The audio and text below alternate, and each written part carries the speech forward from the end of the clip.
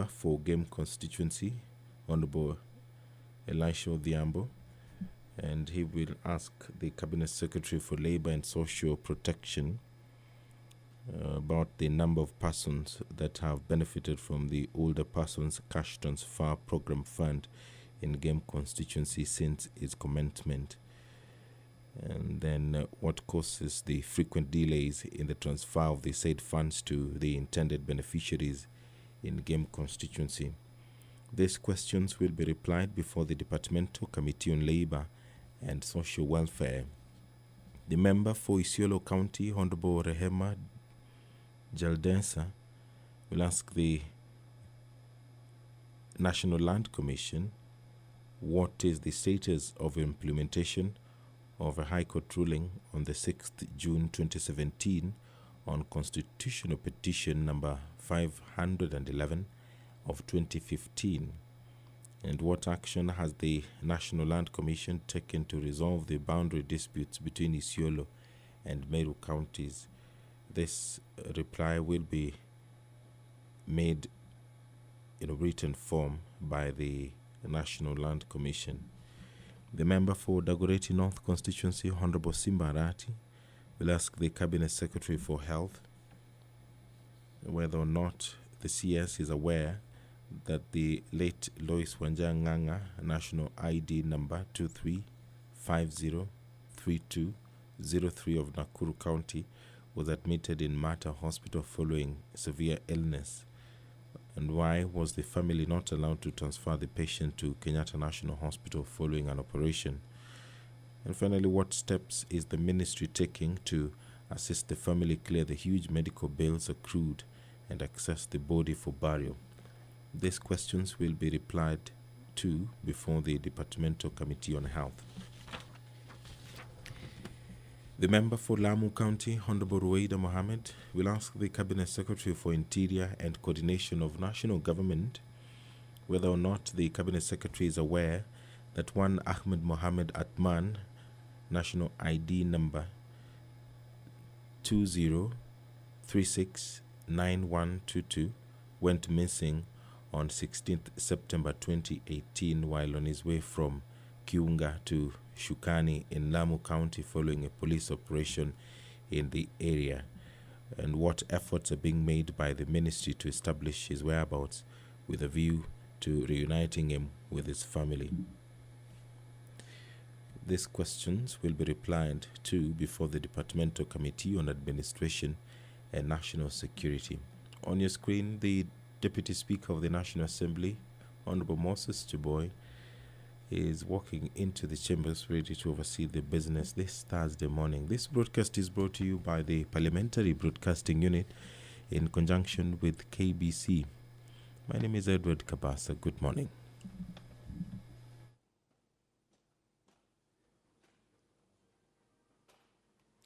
Honorable members, let's pray. Almighty God, who in your wisdom and goodness have appointed the offices of leaders and parliaments for the welfare of society and the just government of the people, we beseech you to behold with your abundant favor as your servants, whom you have been pleased to call to performance of important trust in this republic. Let your blessing descend upon us here assembled, and grant that we treat and consider all matters that shall come under our deliberations in so just and faithful a manner as to promote your honor and glory, and to advance the peace, prosperity, and welfare of our country, and of those whose interests you've committed to our charge. Amen.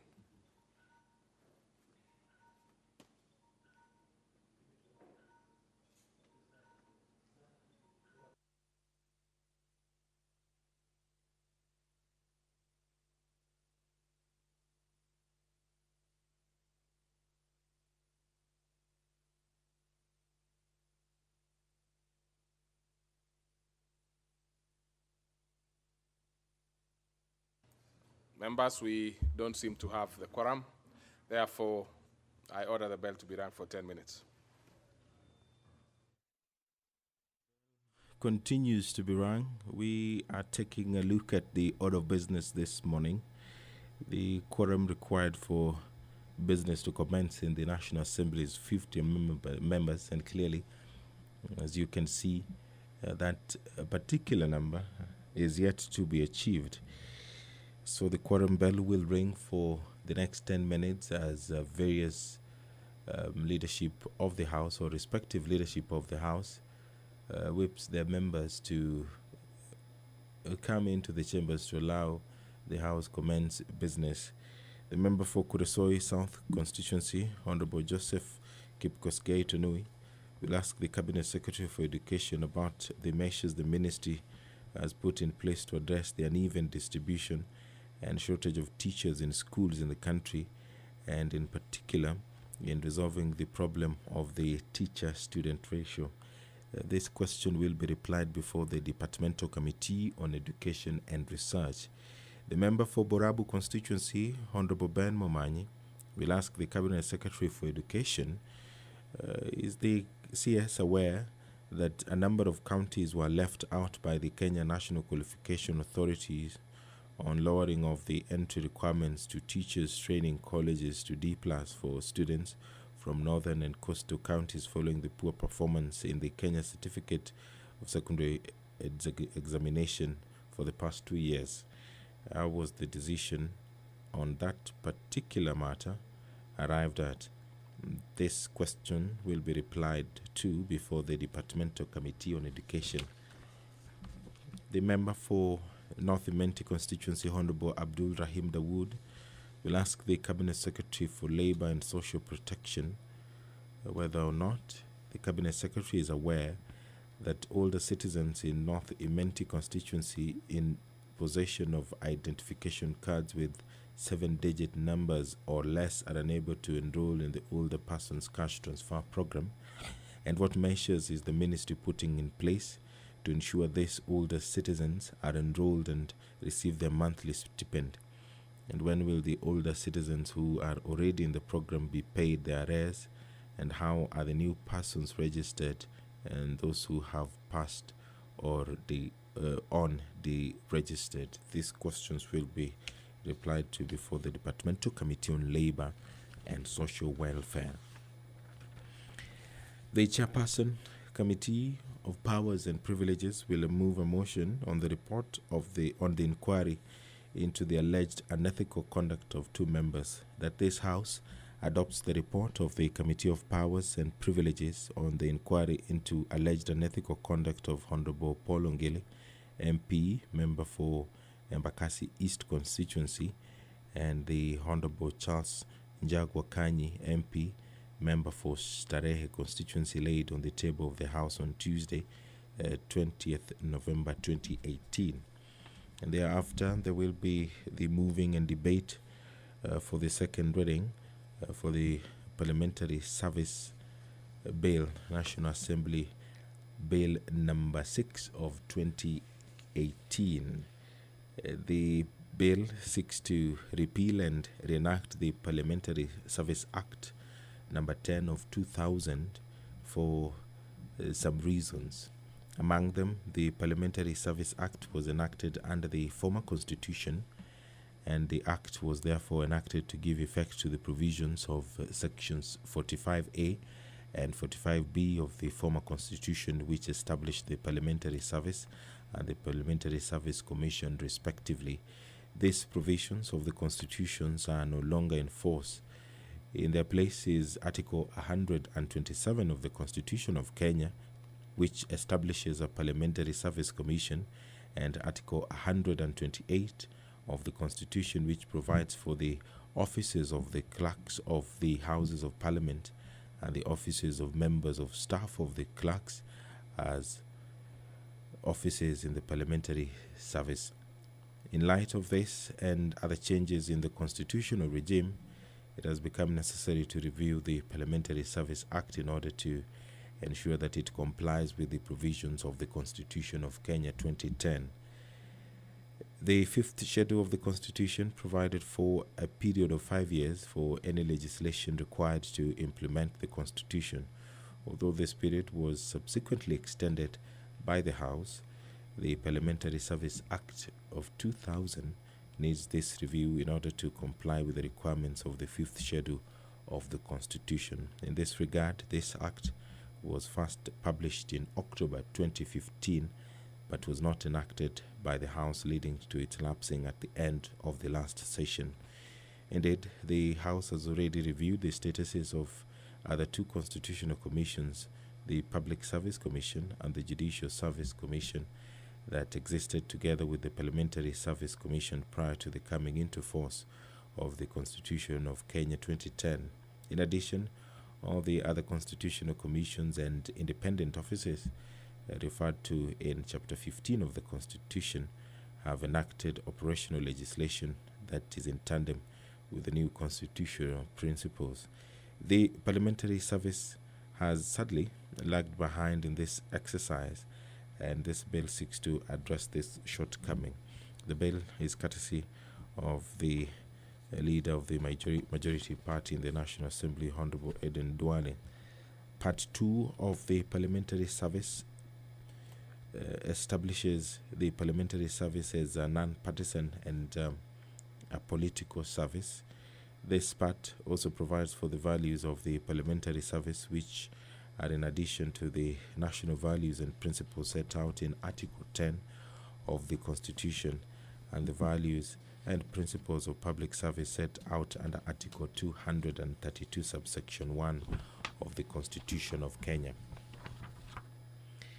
Part 3, the Parliamentary Service Commission. Now, this part makes further provisions on the Commission, including qualifications required for appointment as a member of the Commission under Articles 127, subsection 2C and D of the Constitution. And their quorum has been achieved. Now business of the National Assembly can begin.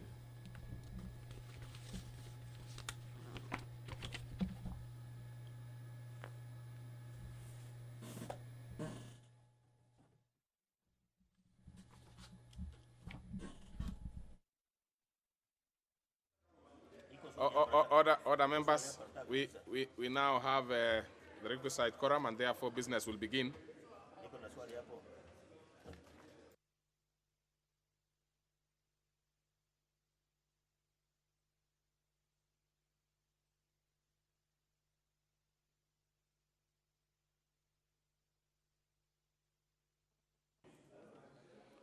Order number 1, administration of oath. Order number 2, communication from the chair. Order number 3, messages. Order number 4, petitions. Order number 5, papers. Order number 6, notices of motion. Order number 7, questions and statements. On that particular order, we have a number of questions by members. And we'll start with the Honorable Elisha Odhiambo, member for Game constituency.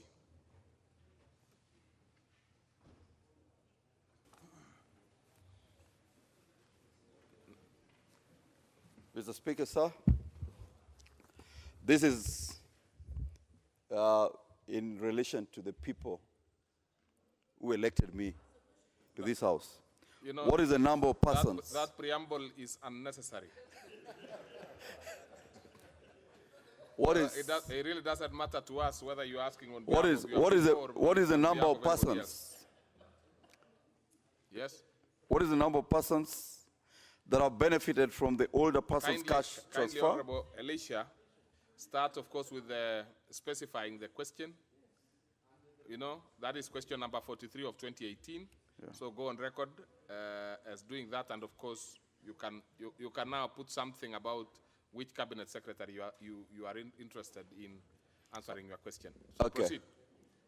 My question is with 043 of 2018, and the question is directed to the Cabinet Secretary of Labor and Social Protection. What is the number of persons that have benefited from the older persons cash transfer program funding Game constituency since its commencement? What causes the frequent delays in the transfer of the said funds to the intended beneficiaries of Game constituency? Thank you. Very well. That one will also, of course, be replied to before the Departmental Committee on Labor and Social Welfare. Next is the county member for Isiolo, Honorable Rehema Dida Jaldesa. What is your point of order, Honorable Wario Ali? Mr. Speaker, in the next 30 minutes, CS Labor will appear to answer a similar question asked earlier. So can he join us so that you can query and get more answers on the same? Well, I cannot be able to make that specific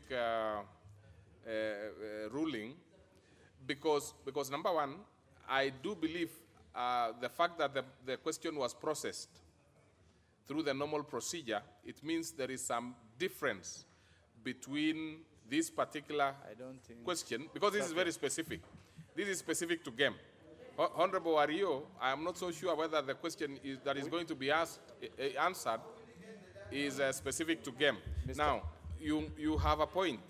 But on the other hand, yes, it would be very difficult for him similar, so that we can put these questions to the Cabinet Secretary once, so that when he comes to answer the questions, he can answer them at the same time, Mr. Speaker. I thank you.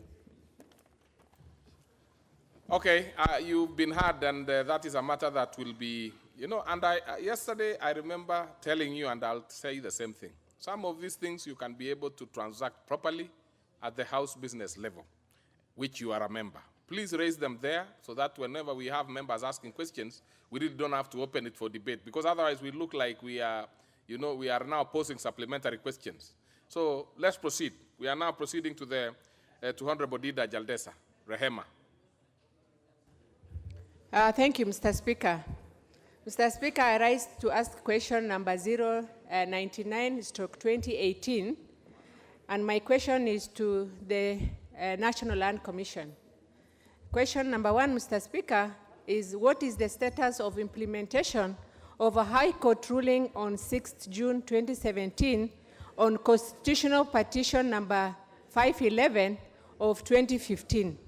Question B, what action has the National Land Commission taken to resolve the boundary dispute between Isiolo and Meru counties? Thank you. Well, that one will be for a written reply by the National Land Commission. Written reply. Next is the Honorable Simba Arati, member for Dagoretti North constituency. Proceed, Honorable Simba Arati. Thank you, Mr. Speaker. Mr. Speaker, my question is 141 of 2018. You are fair. You are not. I think you are also one of the taller members. Please bend a little towards your mic. Mr. Speaker, I can't hear you. Oh, thank you. Mr. Speaker, my question is directed to the Cabinet Secretary of Health. And the question is the Cabinet Secretary aware that the late Lois Wanja Nganga, National ID, number 23503203 of Nakuru County, was admitted at Mata Hospital following severe illness? Why was the family not allowed to transfer the patient to Kenyatta National Hospital following an operation? C, what steps is the ministry taking to assist the family, clear the huge medical bills accrued, and access the body for burial? Very well. Body which has been there for about 2 months, Mr. Speaker. That will be replied to before the Departmental Committee on Health. Next is the member for Lamu County, Honorable Captain Rueda Mohammed. Thank you, Mr. Speaker, for giving me this opportunity to ask question number 171/2018 to the Cabinet Secretary for Interior and Coordination of National Government. A, is the Cabinet Secretary aware that one Ahmed Mohammed Athman, National ID number 203-69122, went missing on 16th September 2018 while on his way from Kiunga to Ishakani in Lamu County following a police operation in the area? B, what efforts are being made by the ministry to establish his whereabouts with a view to reuniting his him with his family. Thank you, Mr. Speaker. Honorable Ruwaida is becoming a question specialist. That will be replied to before the Departmental Committee on Administration and National Security. Next is member for Kuresoi South, Honorable Joseph Tanui.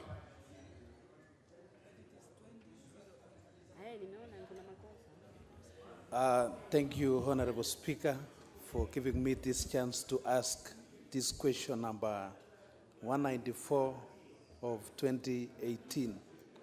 I am directing my question to the Cabinet Secretary for Education. What measures has the ministry put in place to address the uneven distribution and shortage of teachers in schools in the country, and in particular in resolving the problem of the teacher-student ratio? Thank you, Honorable Speaker.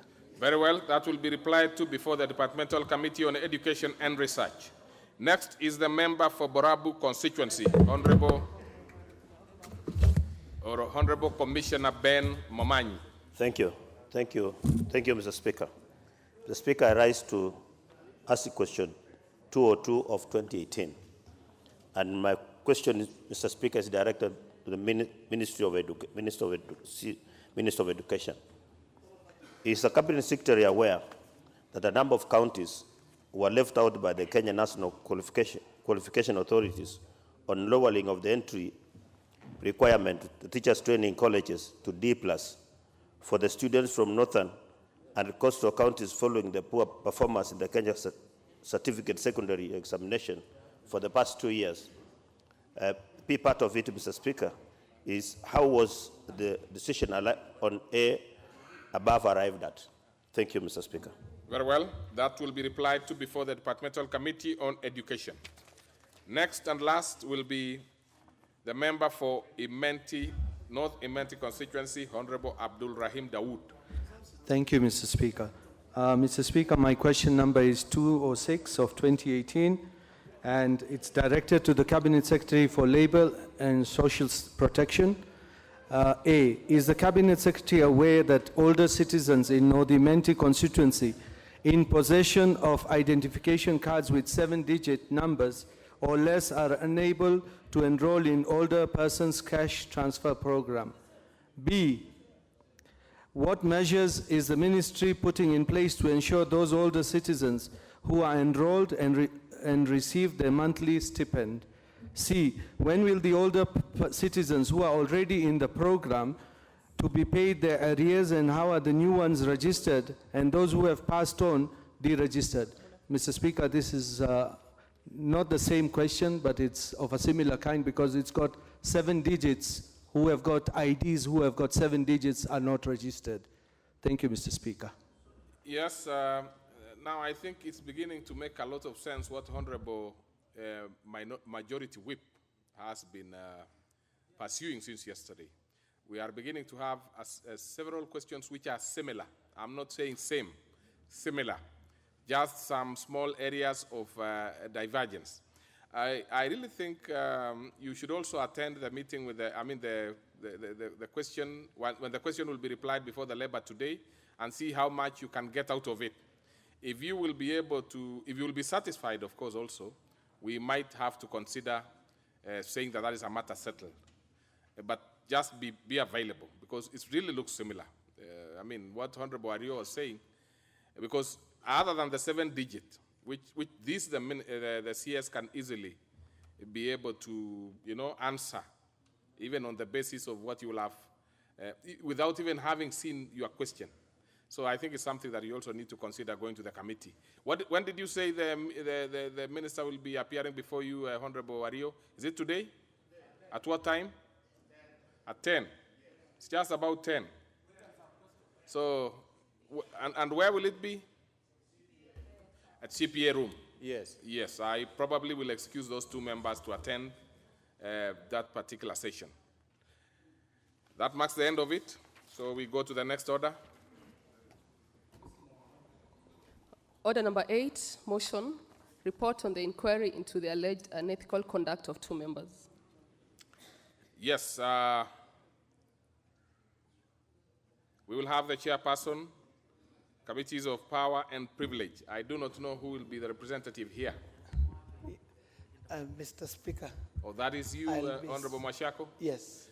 Yes, and honorable members, I would encourage this debate not to be very long because the effect of it will be that some of the members of this House will be discussed. We really do not need to take too much time discussing them. We will make the decision, and once you make the decision, there are issues that will follow one way or the other. Proceed. Thank you, Mr. Speaker. Yes, I stand on behalf of my chairperson of the Committee of Powers and Privilege, who is our Speaker. And Mr. Speaker, I beg to move that this House adopts the reports of the Committee of Powers and Privilege on the inquiry into alleged unethical conduct of the Honorable Paul Ongeli, MP, member of Embakasi East, and the Honorable Charles Njagwa Kanyi, MP, member for Starehe constituency, laid on the table of the House on Tuesday, November 20th, 2018.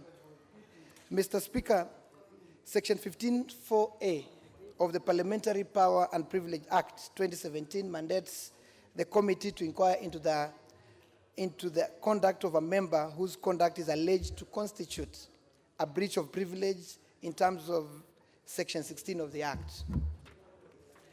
Mr. Speaker, the committee may inquire into the conduct of a member whose conduct is alleged to constitute a breach of privilege either in its own motion, suo motu, or as a result of a complaint made by a person. Upon conclusion of the inquiry, Mr. Speaker, the committee may recommend any or all of the sanctions under Section 17 of the Act. Mr. Speaker, the Office of the Speaker of the National Assembly received a letter from the Ethics and Anti-Corruption Commission, EACC, dated October 12, 2017, requesting that the National Assembly to investigate and take necessary action against a member for Embakasi East and a member for Starehe constituency for unethical conduct and breach of privilege relating to a scuffle between them within the precincts of Parliament on 10th October 2018. The Speaker noted the contents of the letter and referred this matter to the Committee of Powers and Privilege for consideration. On 9th November 2017, Mr. Speaker, the Speaker also received a petition signed by one Bernard Abuya Momanyi, a resident of Embakasi East constituency. The petitioner claimed that the member acted in a manner that demeaned the office contrary to the provisions of Chapter 6 of the Constitution and in contravention of Section 16E of the Parliamentary Powers and Privileges Act 2017. Mr. Speaker, the petitioner prayed that the National Assembly investigates the conduct of the member for Embakasi East, Honorable Paul Ongeli Owino, and recommended the vacation of office by the member pursuant to Article 103(1)(c) of the Constitution. The Speaker conveyed the petition to the House on Thursday, 14th December 2017, and referred it to the Powers and Privilege Committee for consideration. Mr. Speaker, the Committee of Powers and Privilege held 5 sittings to gather and consider evidence on this matter. At the first sitting held on Wednesday, 27 June 2018 in committee room number 9, the committee held preliminary deliberations on the matter and thereafter had submissions from Honorable Ongili and Honorable Jagwa in the same sitting.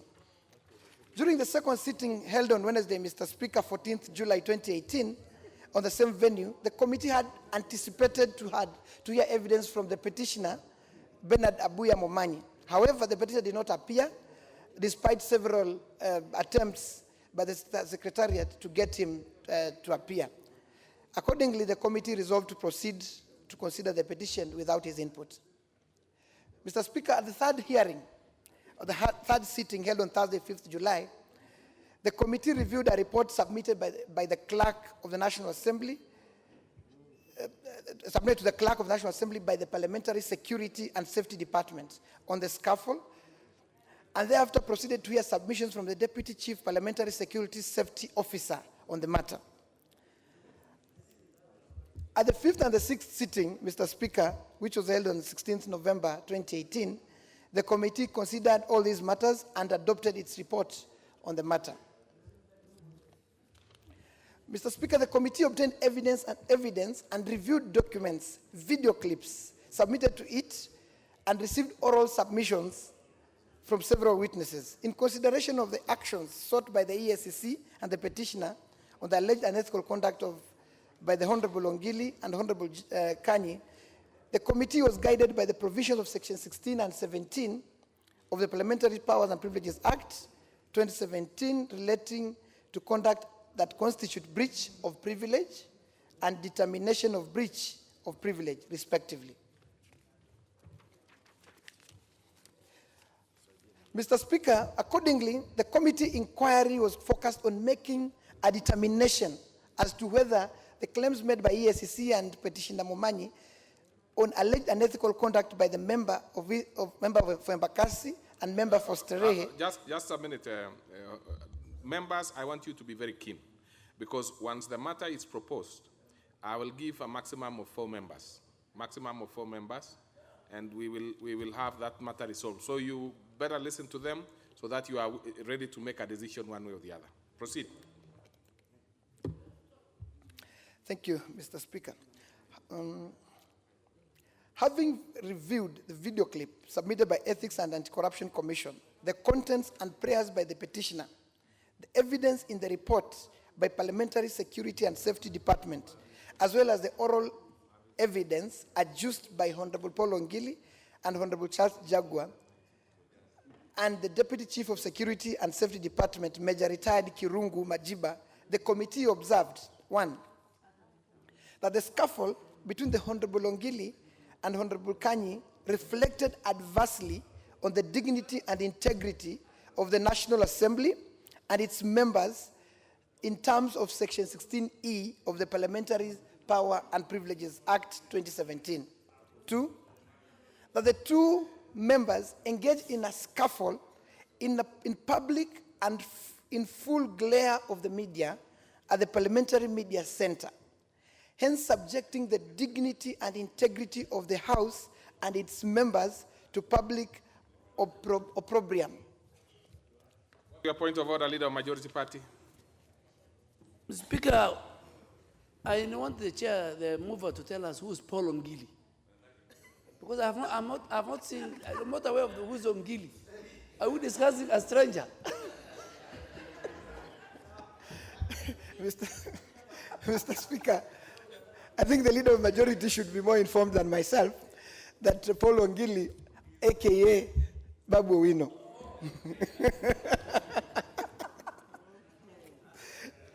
is Paul Ongili Owino, a.k.a. Babu Owino, Honorable Charles Kanyi Jagua,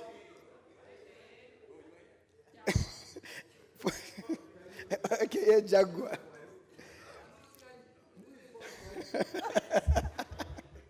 Proceed, honorable member. I mean, don't be too much, don't be distracted. Thank you. Proceed.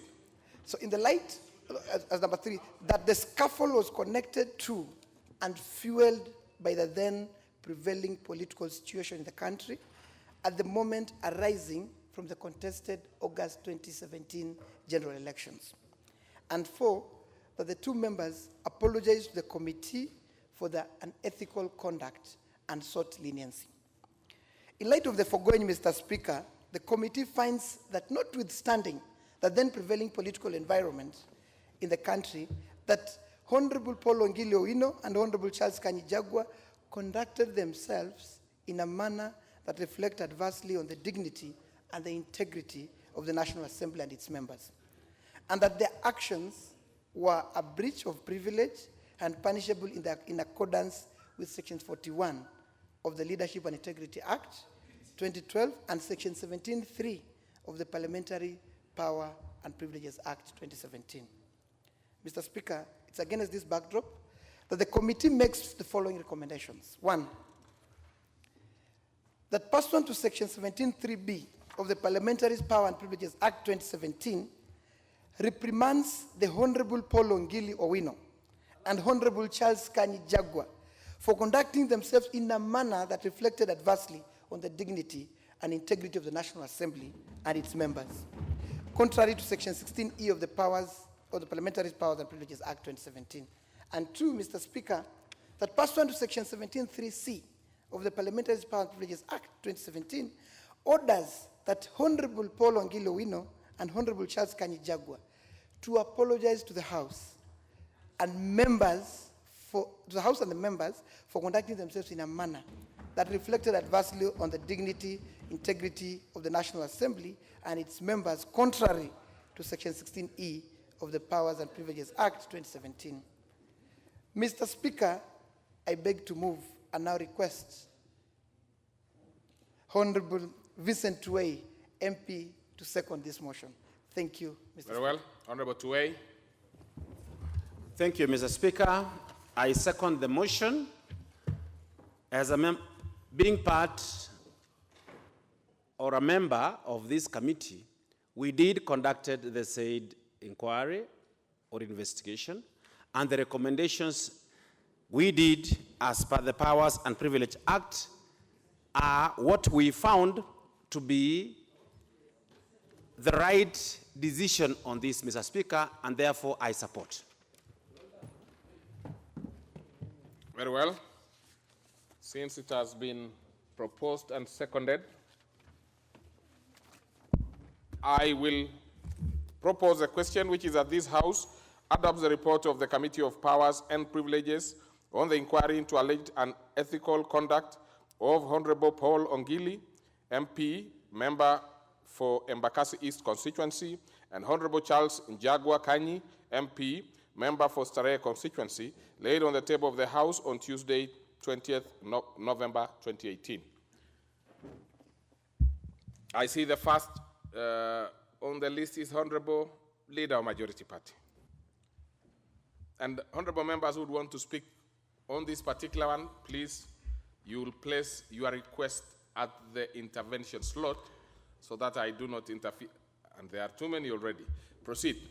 Thank you, Mr. Speaker. Mr. Speaker, I beg to support this report. And on the onset say that our two colleagues must follow due diligence and apologize to the House, and I'm sure the process will be guided. If they don't do that, then the consequences are very grave.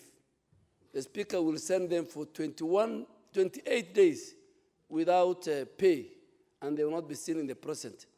And that's why I think this morning they knew the consequences. They are dressed well, and they want to perform. They want to perform the ritual. And the Speaker, this was even done in the 11th Parliament. It's not something very new. When the Public Accounts Committee, then led by Honorable Ababu Namwamba, when they were involved in serious matters of integrity and brought this, the name of the House to disrepute, they performed that ritual. So it's a ritual which is performed by many. But Mr. Speaker, if you look at the history of these two members, one, they are very young and they are very energetic. You know, some of us, we are very old, even to fight another member. Our age and the energy we don't have. So when they came here, they are very young, they are very youthful. And Honorable Babu Awuno, I'm sure now he has realized that he has left the campus politics. Now he is a member of parliament. And Honorable Jagua has a lot of fans out there as one of the renowned artists. So they realized that they didn't know the president of parliament, so they started, exercising certain art, maybe wrestling. And I saw the clip. But Honorable Speaker, Honorable Ongili, if he is not very careful, today I have known Babu Awuno is just a name, but he's called Paul Ongili. Paul Ongili, if he's not very careful, he will be indicted by the Parliament of Uganda. Yes, because he has even left Kenya. Now he's involving himself in what is happening. He's moving around with a man called Bobby Wine. And he's going to the Parliament of Uganda. I am sure if he's not very careful, he will be discussed in the Parliament of Uganda. And the Parliament of Uganda, part of the membership are the military.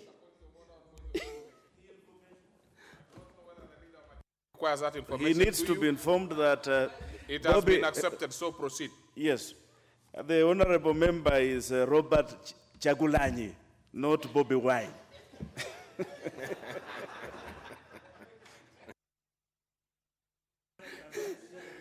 You know, they use pseudonyms, all these characters, all these members, Bobby Owino, Jaguar, Bobby Wine. So my advice to Bobby Owino is that this is your parliament. It can forgive you. But can you spell can you pronounce the name that you are, you know, the information was for you. What was the name again? Chair, he's called Honorable Robert Changulai.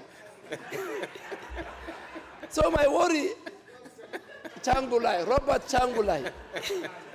Eh? Changulanyi. So, and the Parliament of Uganda, the membership is composed of even generals representing the party NRM. So it's not like this parliament. You misbehave in that parliament, they indict you, they will send you to a court martial. So Honorable Bobby Owino and Honorable Jaguar, Mr. Speaker, violated Section 17(3)(b of the Parliamentary Powers and Privileges Act 2017. They also violated Section 5 of the same act and Section 16(e). You know what the House is doing this morning? Is reading charge sheet to these two members. And you know, because we are a family, we will not allow you two young members, to bring disrepute to this great august house. So Honorable Baba Owino has a name in this country, an activist, a student leader. Honorable Jaguar has a name in this country, a renowned artist. There are two members who come from the two major political parties, Jubilee and ODM. You know, you don't come from small parties, my friends. You come from the serious parties, led by serious leaders. So if you continue misbehaving, we will chase you from our parties. Honorable Chair of ODM is here, and as a leader of Jubilee, we will not allow you to misbehave to our parties. But because they are young members, and they are my very good friends, and we really want to ask them that this time we will agree with you, we will forgive you. And Mr. Speaker, let us have a regulation of dealing with our members. Parliament is independent. We have Powers and Privilege Act. We should not allow any other agency to come and deal with the members. This House must regulate itself. Because the moment, you know, we allow ourselves to be investigated by other agencies, then we lose that independence. So, Chair, I am sure the great members who are in the Powers and Privilege Committee, Honorable Tuei, Honorable Murphy, you know, please let us look. And I think there was something we wanted to introduce in the 10th, 11th Parliament, which members refused. We must have an office of integrity that deals with our matters. You know, from staff to the membership, under the chair of our Speaker. I think today is a good day. You have gone into record. And it's not very good, you know, that we spend 20 minutes, 30 minutes. Maybe just to remind you, Leader of Majority, that proposal you are making is the one which was rejected when the other group was being indicted. Yes. Because the proposal was also that we have such an office within Parliament. So proceed. Yes, and I think, Chair, we will introduce that proposal back again in the 12th Parliament to see that we be the ones who regulate ourselves. So that we can get the conduct. And I'm sure Honorable Omgili and Honorable Jaco, you can see they're sitting together. There's now total peace. They have shown indication, because ordinarily members sit in different sides, but they have decided to sit together in the same place. And I'm sure they had tea at the lunch. So they have forgiven each other, and I think the House and all of us will forgive them. But Honorable Babu Owino, Paul Ongili, my friend, do not take matters across the border. And you know, if you take the same story to South Sudan or to Somalia, then your life will be in danger. You know, you stick to your issue of the Kenyan Parliament. Bobby Wine, forget about him. You know, he has his own issues to solve with Museveni. You solve our problem. You solve the people of Makazi. They have got a lot of problems. So don't get involved in the problems of Uganda. With those many remarks, I support. Very well. I will give an opportunity, obviously, to the leader of minority. I do not know. Leader of minority? Thank you, Mr. Speaker. Mr. Speaker, I want to also thank you for allowing me to contribute to this motion, the motion that has been presented to this House by the Committee of Powers and Privileges. Mr. Speaker, first of all, let me start by saying that, yes, I agree with the committee that the action or the conduct of our friends, the two honorable members, was demeaning to Parliament. And this happened early this year. And Mr. Speaker, these honorable members were barely 4 or 5 months in Parliament. And I know that during that time, there was a bit of tension in the country. Not a bit, but there was quite, the political environment was tense after the elections of last year. But Mr. Speaker, that leads me to what we always say, that there is nothing as valuable as experience. And Mr. Speaker, those of us, some of us also came to this Parliament quite young. Probably not as young as Babu Owino or Paul Kanywi, but we were also young. And I will tell you that if probably Honorable Paul Ongeli and Kanywi were here with us from 2008, probably they would have realized that there was no need to exercise their physical strength. Because the tension that was in this country in January 2008, if we had Babu Owino and Jaguar in this house, probably people would have lost their teeth. But because people were sober enough, and some of us have been around to see that this political tension will always be there, but they don't have to necessarily. Adopted by the House. And for avoidance of doubt, Section 4 provides as follows: that where the House adopts the recommendation of the report of disciplinary action with or without amendment, the Speaker shall forthwith take action accordingly. Honorable members, I therefore order the Chief Sergeant at Arms to escort the two strangers, now Mr. Paul Owino Ongili and Mr. Charles Kanywi Njagua, if they are in chamber, and ensure that they are withdrawn from the chamber and take seats at the suitable place designated for strangers at the bar of the House. Thereafter, I will call each one of them to the bar for disciplinary action to be duly meted. I thank you.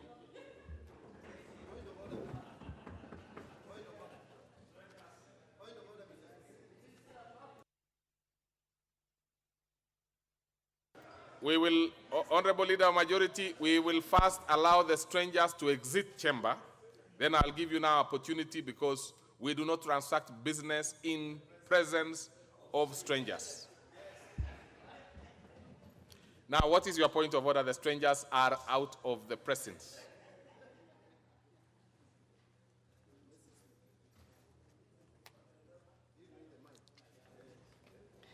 Mr. Speaker, I am not raising a point of order to challenge the process of the Speaker, but just a small matter that I thought needs clarification. Mr. Speaker, it's my understanding that once you become a member of Parliament, even if you leave this House, you are always honorable. So, Mr. Speaker, I just heard you refer to the two strangers, the Honorable Babu, Paul Ongeli and Paul Kanywi, as misters, meaning they have been stripped of their honorable status. I don't know whether that power exists, Mr. Speaker, because once you become a honorable member, even if you're voted out, in which case you would be a stranger in this House, you are still honorable member. So, Mr. Speaker, I don't know whether that Mr. status was a miscommunication. Are you challenging the Speaker? I'm not challenging directly? the Speaker, but I want clarity, Mr. Speaker. I am sure you do not do. You are not interested in doing that. But first of all, even that title, honorable, is not a title you call yourself. It's what others call you. That's number one. And number two, yes, it's not even automatic. Now, I have chosen not to refer them as honorable. They can only be honorable. You are the ones who made the decision that they actually violated some standing order. Now, I have chosen. I choose when to call you a honorable and when not to. And in this particular instance, until they tender until the punishment is suitably meted against them, I will not refer to them as honorable. Not at all. They are Mr. Njagwa and Mr. Ongili.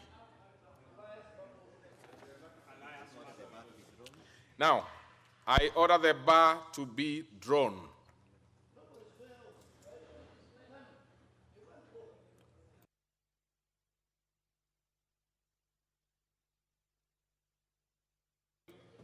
I will now order the first stranger, Mr. Njagwa, to approach the bar.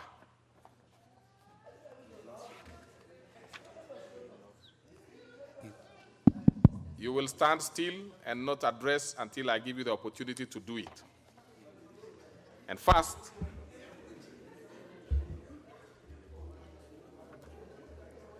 by the authority of the House and the powers conferred on by the authority of the House and the powers conferred on the Speaker, and following the adoption of the report of the Committee of Powers and Privileges, and pursuant to rules pertaining to consideration of the report thereof, I wish to state as follows. 1, that on Tuesday, 10th October 2017, at the Parliament's Media Center, and in full view of public and glare of cameras, you, Mr. Charles Njagwa Kanyi, engaged in an extended and vicious scuffle and altercation with a fellow member of Parliament. 2, that while aware of the responsibilities of leadership as provided for in Article 73 and 75 of the Constitution, which provides that a member of Parliament shall bring honor to the nation and dignity to the office he or she holds, and that a state officer shall behave, whether in public or on official life, in public and official life, and in private life, or in association with other persons, in a manner that avoids demeaning the office he holds. You proceeded to portray an ethical conduct. That you took oath of office upon being elected to this House in accordance to Article 74 of the Constitution, and further swore to abide by the code of conduct of Member of Parliament, which in Rule 7 provides that member of the House shall uphold the dignity and integrity of the House by promoting respect for the House and its institution at all times, and ensure that members' non-parliamentary activities do not interfere or compromise with members' official duties or bring the House into disrepute. That despite your expression of remorse and unreserved apology tendered to the member and to the Committee of Powers and Privileges for engaging in the conduct that reflected adversely on the dignity of this House and its members, you should have been aware of the consequences of engaging in such conduct, the prevailing circumstances at the time notwithstanding. This House expresses its displeasure on your conduct, which brought ridicule and disrepute to the House and its membership. You are hereby severely reprimanded and warned to refrain from engaging in such behaviors, whether in public or private life. I therefore reprimand you and require you to tender an apology to this House forthwith. Honorable Mr. Njagwa.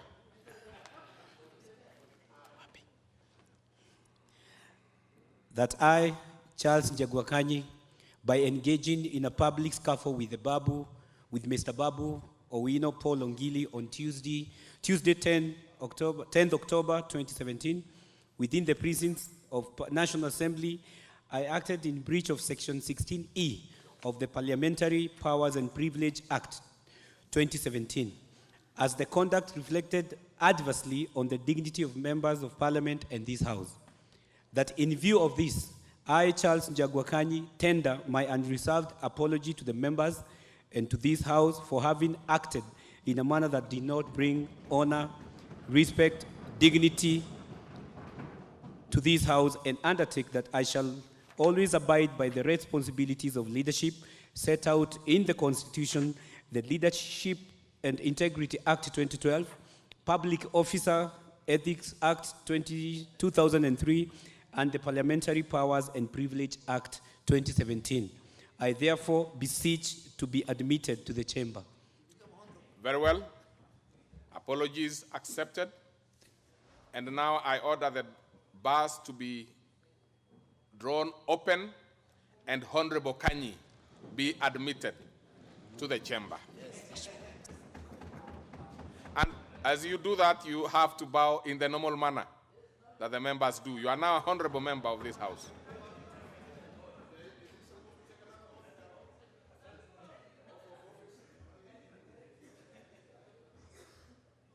Order. Now I call upon Honorable Mr. Babu Owino Paul Ongili.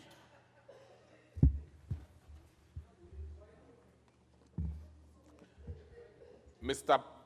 Owino, by the authority of the House and the powers conferred on the Speaker, following the adoption of the report of Committee of Powers and Privileges, and pursuant to the rules pertaining to consideration of the report thereof, I wish to state as follows.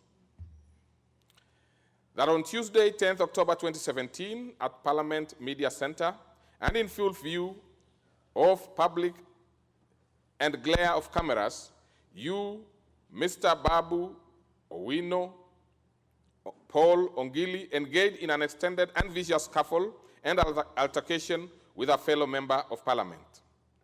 That while aware of the responsibilities of leadership as provided in Article 73 and 75 of the Constitution, which provide that member of Parliament shall bring honor to the nation and dignity to the office he or she holds, and that the state officer shall behave, whether in public or private life, or in association with other persons, in a manner that avoids demeaning the office and the officer and the office he holds, you proceeded to portray unethical conduct. That you took oath of office upon being elected to this House in accordance to Article 74 of the Constitution, and further swore to abide by the Code of Conduct of Members of Parliament, which Rule 7 provides that a member of the House shall uphold the dignity and integrity of the House by promoting respect for the House and its institution at all times, and assure that the members' non-parliamentary activities do not at all interfere with or compromise the members' official duties or bring House into disrepute.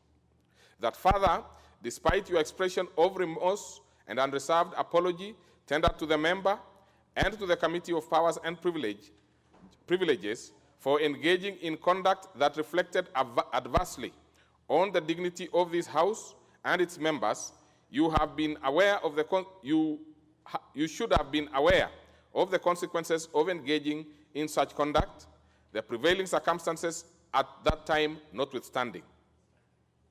That this House expresses, therefore, its displeasure on your conduct, which brought ridicule and disrepute to the House and its membership. You are hereby severely reprimanded and warned to refrain from engaging in such behavior, whether in public or private life. I therefore reprimand you and require that you tender an apology to this House forthwith. Thank you very much, Mr. Speaker. I would like to apologize, and I would like to say that, Mr. Speaker, on that particular day, I did not slap Honorable Jaguar. It is his cheeks that moved towards my hands, and I'm ready to apologize. That Can you repeat the apology again? Because it has to be unreserved and without jokes. That I, Mr. Babu Paul Owino Ongili, by engaging in a public scuffle with them, Mr. Charles Njagwa Kanyi, on Tuesday, 10th October 2017, within the precincts of the National Assembly, I acted in breach of Section 16E of the Parliamentary Powers and Privileges Act 2017, as the conduct reflected adversely on the dignity of members of Parliament and this House.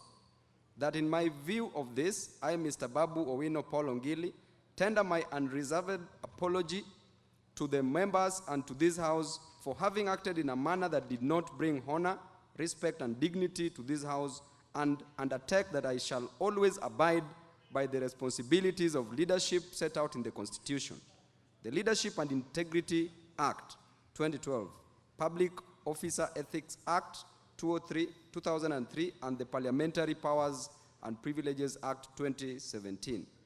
I therefore beseech to be admitted to the chamber.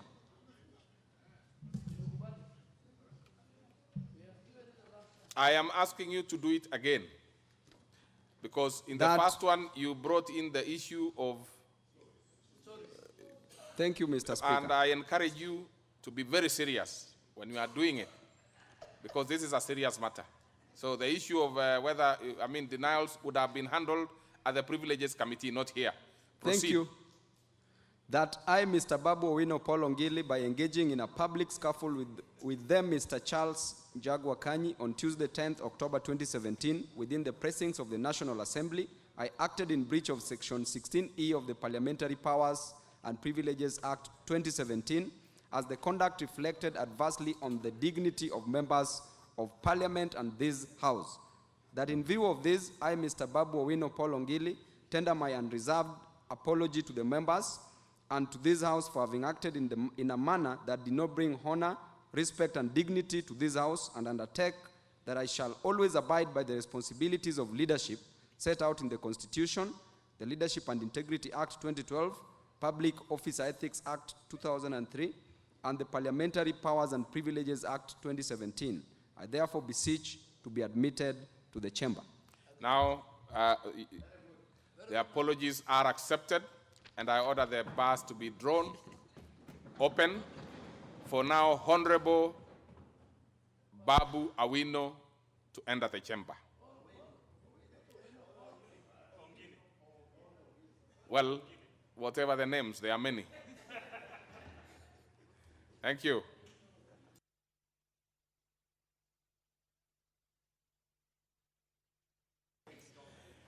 Well, the ceremony is not over. The two members are asked to deposit the signed apology sheets with the clerks for record and future reference, if at all.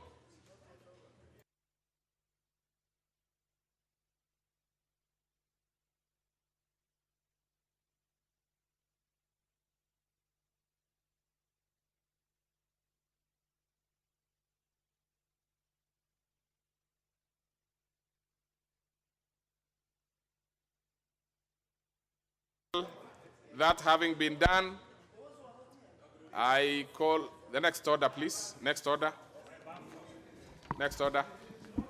Order number 9, the Parliamentary Service Bill, National Assembly Bill number 6 of 2018.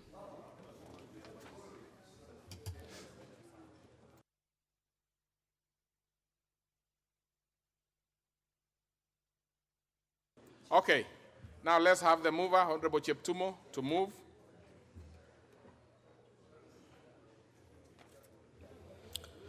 Thank you, Mr. Speaker. Mr. Speaker, I beg to move that the Parliamentary Service Bill 2018 be read a second time.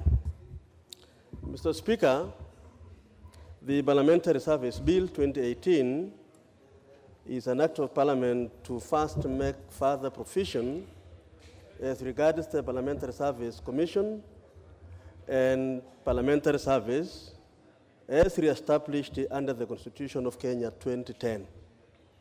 And secondly, Mr. Speaker, is to repeal and replace the Parliamentary Service Act 200 for connected purposes. Mr. Speaker, the bill is enacted and it is necessary for a number of reasons, Mr. Speaker. Before I go to the specific provisions of the bill, Mr. Speaker, I wish to say that this bill's enactment is necessary because the current Parliamentary Act, Cap 185A of the laws of Kenya, was enacted under the former constitution to give effect to Section 45A and 45B of the former constitution. Mr. Speaker, that particular legislation established a Parliamentary Service and Parliamentary Service Commission, respectively. These provisions, Mr. Speaker, of the former constitution are no longer in force, and their place are Article 127 of our new constitution and Article 128, which establishes the Parliamentary Service Commission and also provides for the offices of the clerks of the two houses in the parliamentary service. Mr. Speaker, therefore, in light of these and other changes in the new constitution, it has become very necessary to review the Parliamentary Service Act 2000 in order to ensure that it complies with the provisions of the new constitution. So, Mr. Speaker, that is a very important point to note, that we want to realign the new act or new bill to the new constitution. The second reason, Mr. Speaker, why this bill is necessary is because the fifth schedule to the constitution provides for a period of 5 years for the enactment of a new legislation required to implement the constitution. Although Parliament, Mr. Speaker, subsequently extended this period, the Parliamentary Service Act 2000 needs review in order to comply with the requirements of the fifth schedule of the new constitution. And thirdly, Mr. Speaker, and lastly, is that the House accordingly has already reviewed the statutes of the other two constitutional commissions that existed together with the Parliamentary Service Commission prior to the coming in of the new constitution.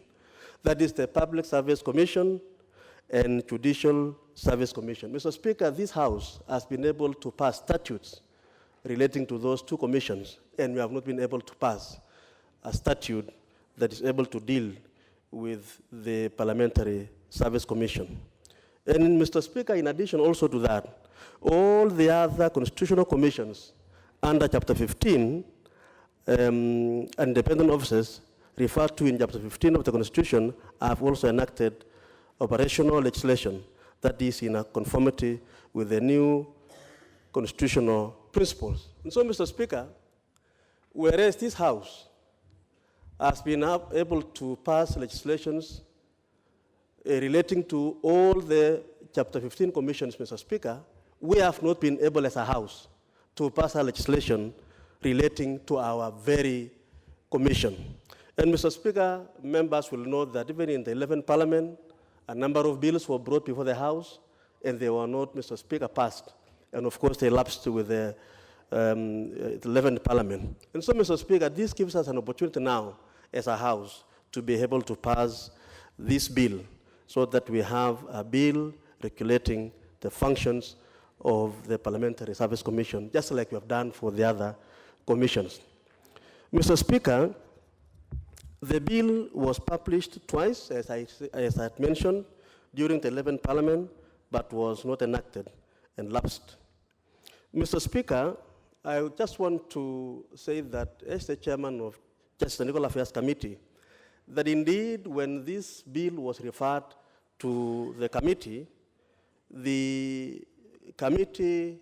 undertook a very comprehensive public participation pursuant to the provisions of Article 118 of our Constitution.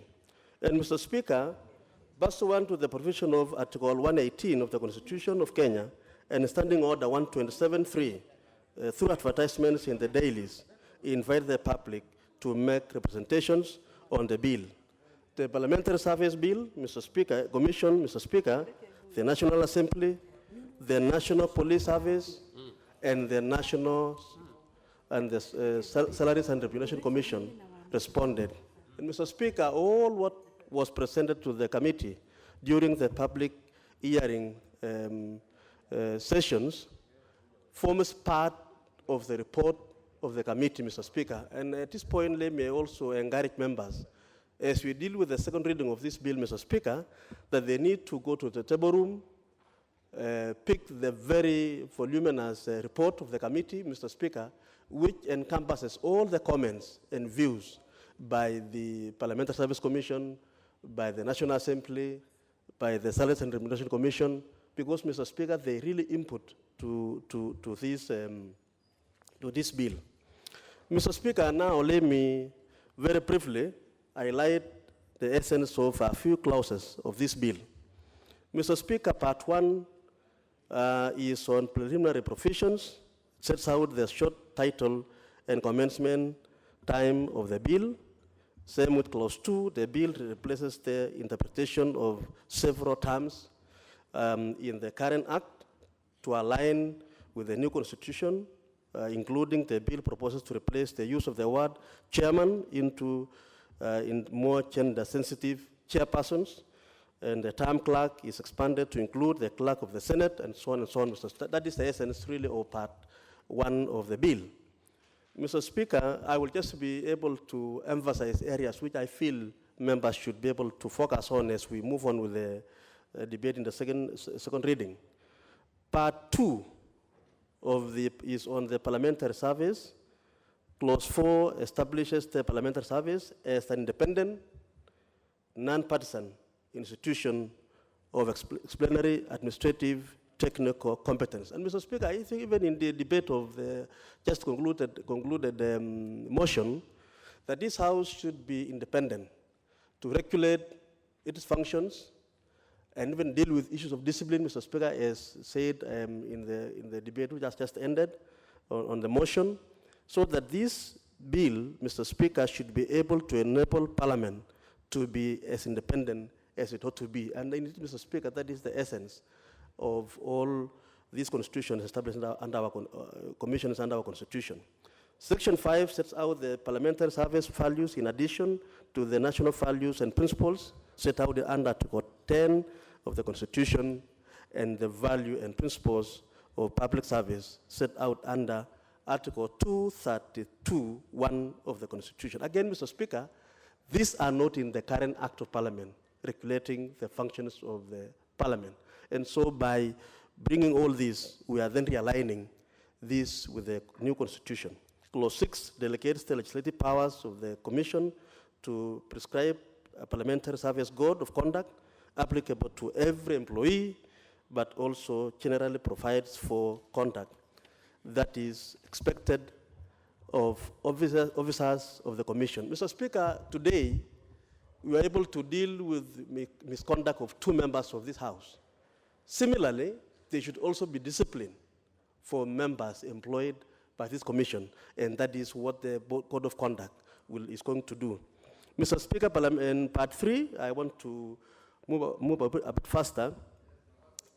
Section 8, or Clause 8, provides for the qualification for appointment as a member of the commission, and Article 127, Clause 9 of the bill provides for the qualification and procedure of appointment of members of the Commission who are non-members of Parliament as per Article 127, sub-Article 2D of the Constitution. And Clause 10 sets out the procedure for the removal from office of members of the Commission, which include petitions. And Mr. Speaker, Clause 11, and this is very important, members. I want to encourage members, even when you obtain the report of the committee, focus on the committee's report on clause number 11 of the bill. Mr. Speaker, this clause 11 sets out further functions of the commission in addition to the functions set out in Article 127(6) of the Constitution. And Mr. Speaker, allow me, because I want to make this issue very clear for members, to refer to the Constitution Article 127, sub-article 6A.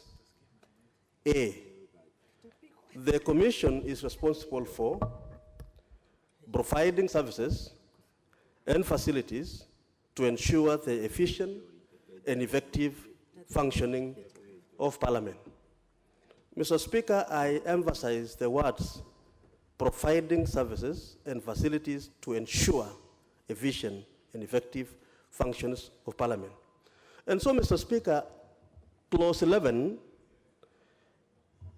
is to bring on board and to distinguish between what SRC can do, what SRC can determine for Parliament, Mr. Speaker.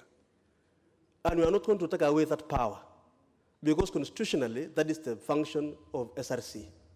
But Mr. Speaker, 127(6)(b) distinguishes the functions and the powers of the Commission, which, Mr. Speaker, in that particular clause, matters on medical cover,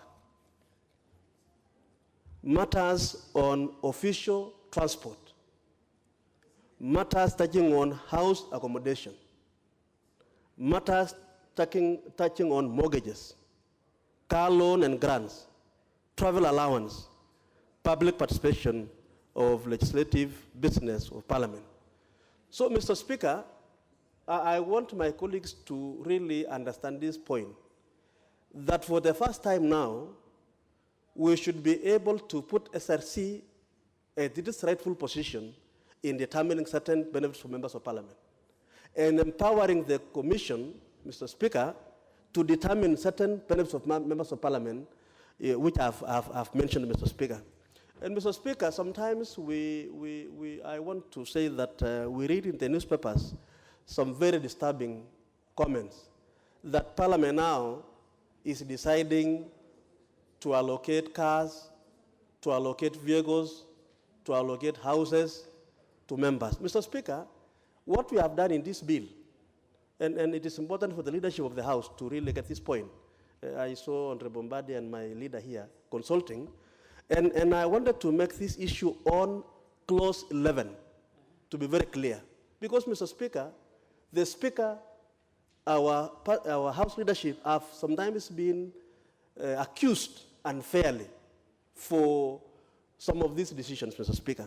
And so, Mr. Speaker, for the first time, and I want to repeat it again, for the first time, if this bill is passed, Mr. Speaker, we will be able to isolate the functions of SRC in terms of determining certain benefits of members and empowering the Parliamentary Service Commission as an independent commission, Mr. Speaker, under the Constitution to identify areas that are empowered in law, Mr. Speaker, to determine for members of Parliament matters of medical cover, matters of, as I said, official transport, housing accommodation. So, Mr. Speaker, I want to inform the country from this House today that there is no time that Parliament has now decided to allocate itself certain privileges, certain benefits. We are passing a law to give powers to the Commission, just like all other commissions, Mr. Speaker, under the Constitution, have powers to deal with certain benefits for members, staff of those commissions, Mr. Speaker. And therefore, that perception should be corrected from the word go, that this law, just like, Mr. Speaker, and I want to be very clear here, just like we have the Public Service Act, just like we have the IBC Act, just like we have the TSC Act, Teacher Service Commission, setting rules and regulations to deal with their staff. And so, Mr. Speaker, I want to plead even to the Kenyan people not to be distorted in their perception about this law. We are passing a law, Mr. Speaker, which is going to comply with the Constitution. Mr. Speaker, clause 12 provides for the powers of the Commission as a body corporate. And Mr. Speaker, I now want to move to Clause 16 provides for the role of the Secretary to the Commission, which include preparation, planning, facilitation, meetings of the Commission, as well as the record keeping. Mr. Speaker, but 6, Madam Speaker, but 6 deals with the clerks and officers, Mr. Speaker. Mr. Speaker, Madam Speaker, Clause 17 sets out the qualifications for appointment as the clerks of each house, pursuant to Article 128 of the Constitution, and include experience, knowledge, and understanding of the parliamentary practice and procedure. Madam Speaker, the committee, and this will be coming out, Madam Speaker, when we go to the third reading of this bill. If you look at the other constitutional commissions and the acts of parliament regulating the same, every CEO, in this case, Mr. Speaker, we have the clerks of the two houses, Mr. Speaker. They have a time limit of service. And Mr. Speaker, if you see the current law, there is no provision for the term of a clerk. He serves for as long as he still not reach the retirement age, Mr. Speaker. So that, Madam Speaker, so if you are 40 years or 35 years and you become a clerk, then you can be able to serve for 30 years or even more, depending on your age, because there is no provision for a limitation of the term. And Mr. Speaker, in the third reading, I don't want to say that now, but in the third reading, and I want members to read the report, we will be making certain recommendations on that. Madam Speaker, that is, I just want to say on that part. And on Clause 24, which is on seek to anger the office of the joint services in the legislation, which shall be headed by an officer appointed by the Commission. Madam Speaker, the joint services is already in place, but it's not anchored in law. What we want to do, Madam Speaker, in this particular case, is to have that particular department anchored in law. And why, Madam Speaker? Because the joint services really performs essential services in Parliament, which include administrative services, financial, accounting, information and research services, litigation and compliance, buildings. Madam Speaker, all issues touching on members of staff, members of this House, Madam Speaker, are being executed by the Office of the Joint Services. It is only fair that we anchor that particular office in our legislation. Of course, without again doing it in a manner that will be able to undermine the powers of the clerks of the two houses. Because, Madam Speaker, those two clerks are recognized in the Constitution. And so even when we do this, we are going to do it in a manner that's not going to usurp the powers of the clerks of the two houses. And this should be clear because I find some concerns. People think that perhaps we want to take away powers of certain officers. We just want to anchor this because of the kind of role it is playing, Madam Speaker. Part 5, and as I move faster, Madam Speaker, is the Parliamentary Service Unit, Parliamentary Police Unit. Madam Speaker, this is a very critical area. And unless we have a unit that is purely functioning to take care of the security of Parliament, Madam Speaker, the current situation, as we all know, we have a small unit of the police in the next building here, and there is a serious concern that members are not adequately resourced in terms of security and so on. And so, Madam Speaker, this Part 5 provides for the establishment of the Parliamentary Police Unit under the command of the Inspector General of the National Police Service. So that, Madam Speaker, in this particular unit, we should be able to have a command that is senior, that is higher, that can be able to deal directly with the IG.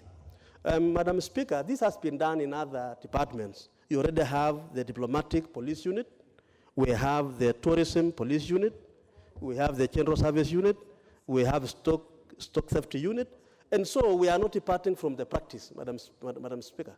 This is already established in other departments.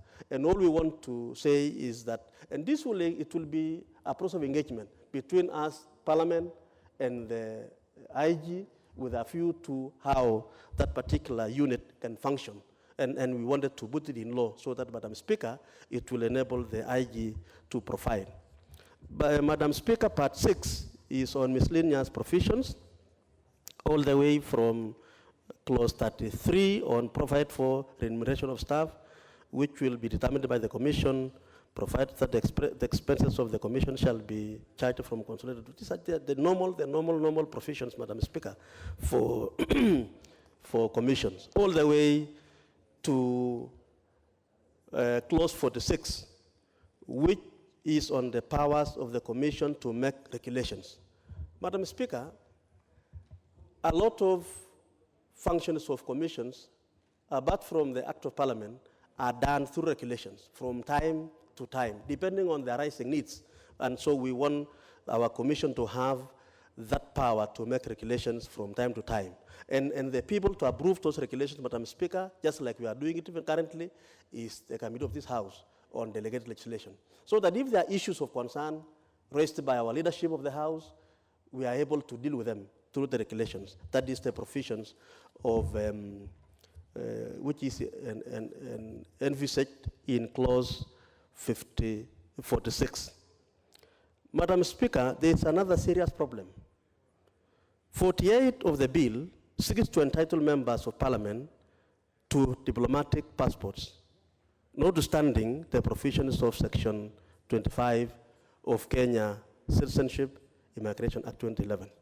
And Madam Speaker, I will spend a little time here. And I want my colleagues to know this. Section 25 of the Kenya Citizens and Immigration Act makes provisions for diplomatic passports to be issued as may be prescribed in regulation. Regulation 14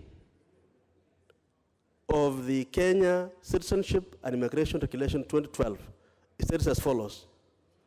And Madam Speaker, Schedule 3 of the Act lists the number of state officers who are entitled, Madam Speaker, to have diplomatic passports. And I want this to, because it will shock members, that the President and his family, Prime Minister, of course, that portion is no longer there, Vice President and his family. Yeah, it might come back. I'm not saying it will not come back, but I'm saying it's not there now. Cabinet secretaries, principal secretaries, Speaker of National Assembly, Chief Justice, Deputy Chief Justice, Supreme Court Justice, Court of Appeal, AG, DPP, Solicitor General, Comptroller of Budget. These are 29 state officers, Madam Speaker. And I will read the list. Finally, the last one is Foreign Service Officer, spouse, and dependent children below the age of 19 years. There is no mention, Madam Speaker, of a member of Parliament. There is no mention of a spouse of a member of Parliament. And so, Madam Speaker, the person to determine who should be issued with a diplomatic passport is the Minister in charge of security. So on an application, he will choose to or not to. Madam Speaker, what we want to do, and Madam Speaker, what we just want to do today through this bill is to add the list to that list of 29 members of Parliament and their spouses to be included in that list. Madam Speaker, that's not demanding too much. What does it cost? Madam Speaker, members of Parliament had been conspicuously omitted from the list, and more than 29 state officers and their spouses entitled to diplomatic passports. Madam Speaker, the omission is actually discriminatory against members of parliament in light of the functions of parliament as set out in the constitution. Clause 48 of the bill seek to remedy this situation. Madam Speaker, I'm about to conclude.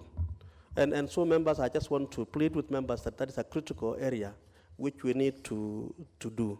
Madam Speaker, let me just mention a few countries where they automatically issue passports to diplomatic passports to members of parliament.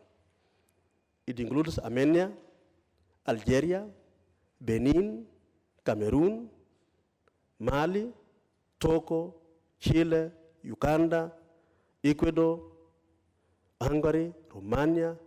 Madam Speaker, the list is long. I want Kenya to be in that list of a country that can honor their members of parliament and issue with a diplomatic passport, Madam Speaker, because we are a house that really do a lot of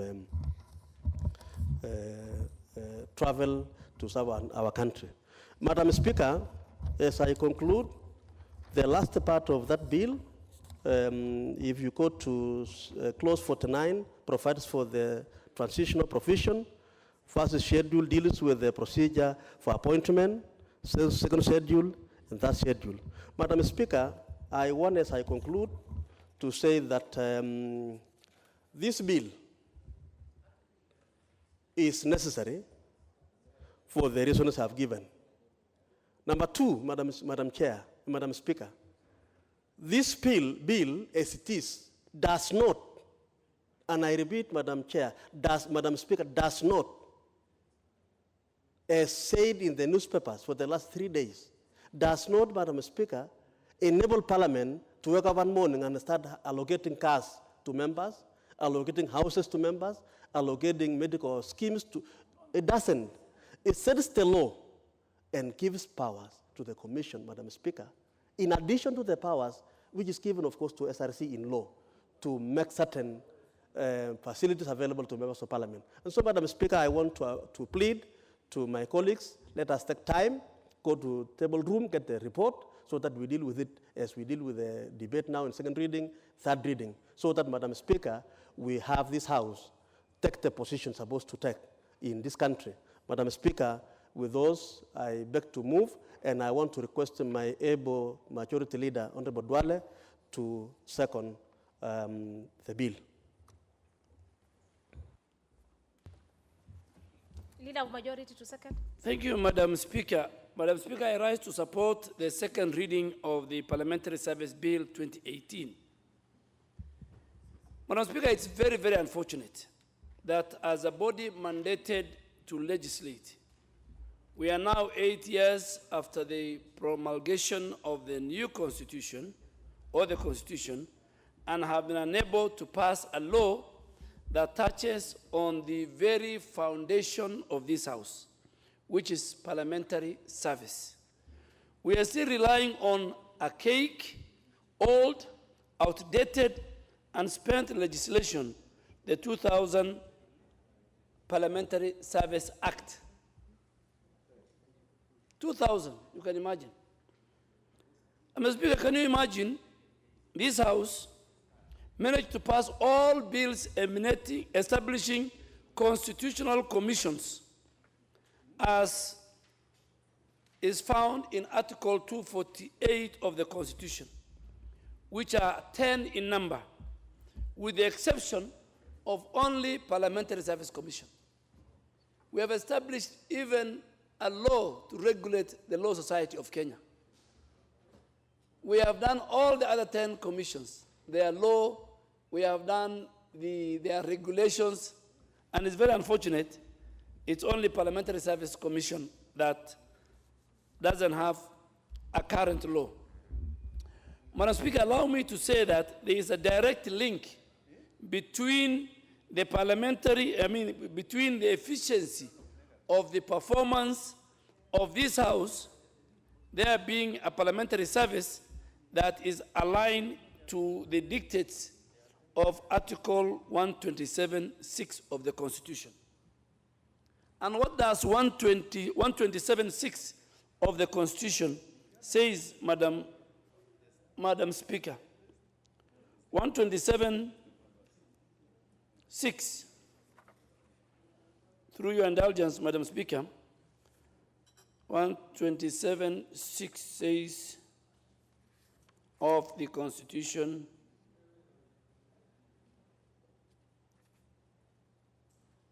I'm getting old. Yeah, the phones are too small, the eyes. The Commission is responsible, A, providing services and facilities to ensure the efficient and effective functioning of Parliament. That's what 27.6 says. Have we attained that? Have we legislated that provision? The Commission constitutes offices in the Parliamentary Service Commission and appointing and supervising office holders. The Commission shall prepare annual estimates of expenditure of the Parliamentary Service and submit them to the National Assembly for approval. So we must actualize 127.6 of the Constitution, which this House has not legislated on. Madam Speaker, it's very unfortunate that the 11th Parliament was unable to conclude this bill, and therefore this calls for this House to ensure that we pass this bill. Suffice to say that in this House, or this House should go down history lane as the one which oversaw the implementation of Article 248(2) of the Constitution in terms of passing the relevant enabling laws establishing the Constitutional Commission, including the Parliamentary Service Commission. Madam Speaker, of great importance is to know that the Justice and Legal Affairs Committee, chaired by Honorable Cheptumo, chaired by our brother Honorable Cheptumo, has the responsibility of ensuring that the process of realigning the Commission in accordance with the dictates of the new Constitution is concluded before the end of the 12th Parliament. And the mantle, therefore, is with the committee to oversee the conclusion of this important bill. And each one of us, Madam Speaker, must take part. Allow me, Madam Speaker, to remind members of this House that the bill is actually our bill. This is our bill. We have legislated bills for other people, but this bill, and we won't shy away from it, this bill is our bill, and it's to legislate how the functions of Parliament must be conducted. The Parliamentary Service Commission bill, Madam Speaker, unlike the misconception that has been out there, is not about the staff, and it's not a staff bill. It has never been about the staff of this House. It is about the welfare of members of this House, and indeed, the Senate also as a members of Parliament. So this bill is about Article 127.6. It's about our welfare. We must legislate it. So those who say it's about the staff, it's not about the staff. And Mr. Speaker, Madam Speaker, the staff of this House work for Parliament. And to bring it closer home, Madam Speaker, I could say the Parliamentary Service Bill is akin to the Judicial Service Commission law, which is about judicial officers and not the staff of the judiciary. We must therefore rise and support this bill, and we must rise and own this bill as a bill that belongs to the 468 members of both houses. In this regard, Madam Speaker, allow me as, although I am the sponsor of this bill, it relates to all of us as members.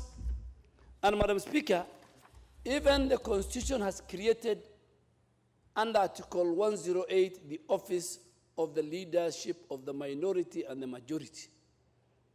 And as we stand here, that provision is just hanging.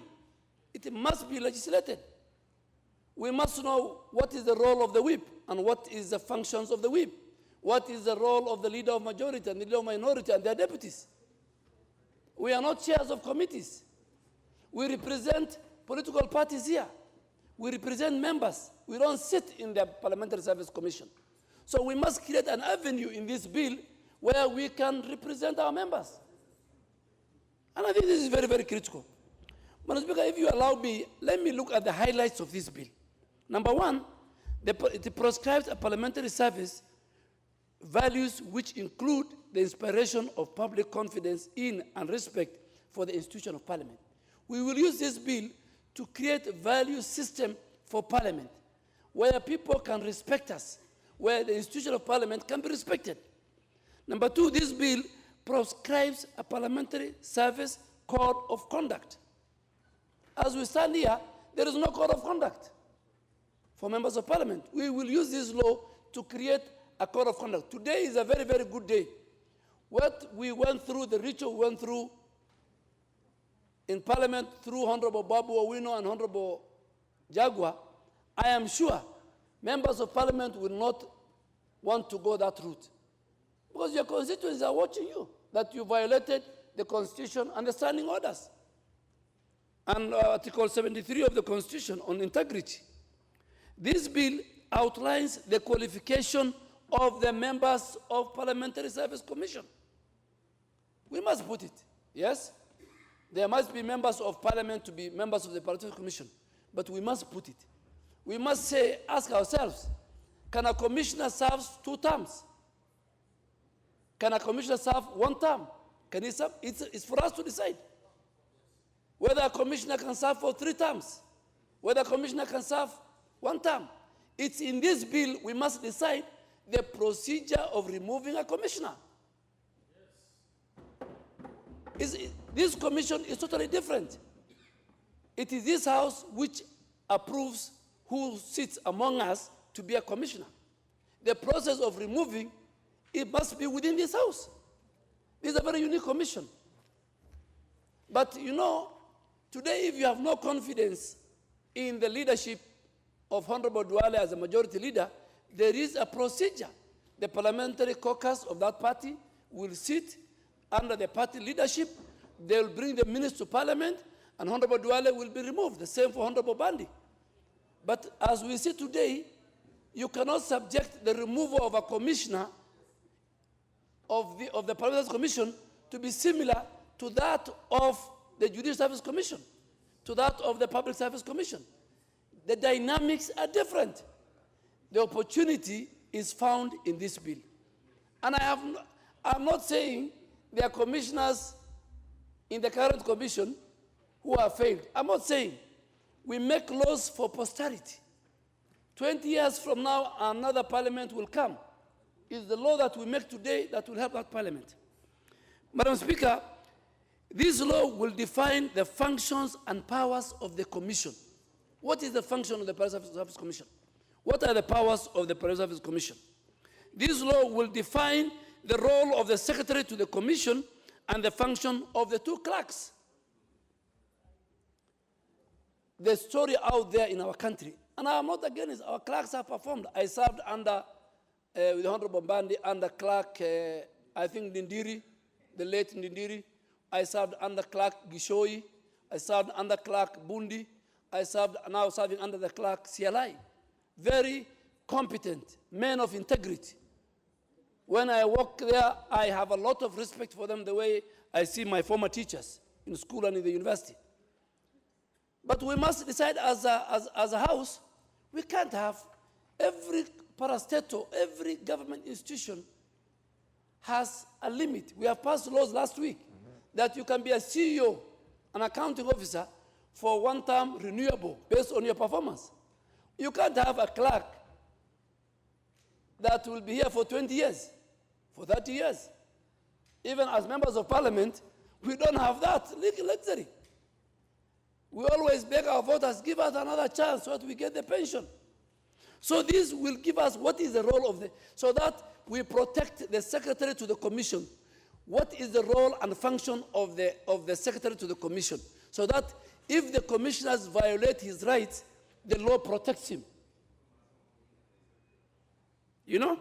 Madam Speaker, this bill will also deal with, it will require the commission, the Parliamentary Commission, to prepare and lay before this House annual reports of its activity. We receive reports from the Control of Budget. We receive reports from the Judicial Service Commission. We receive reports from the DPP, from the Ethics. The Parliamentary Service Commission must be put under obligation. They must table reports about their activities. This is a commission that gets 33 billion. 33 billion is not something for Mandazi. It's a serious money, a serious budget. That commission annually or quarterly must table its report and activities.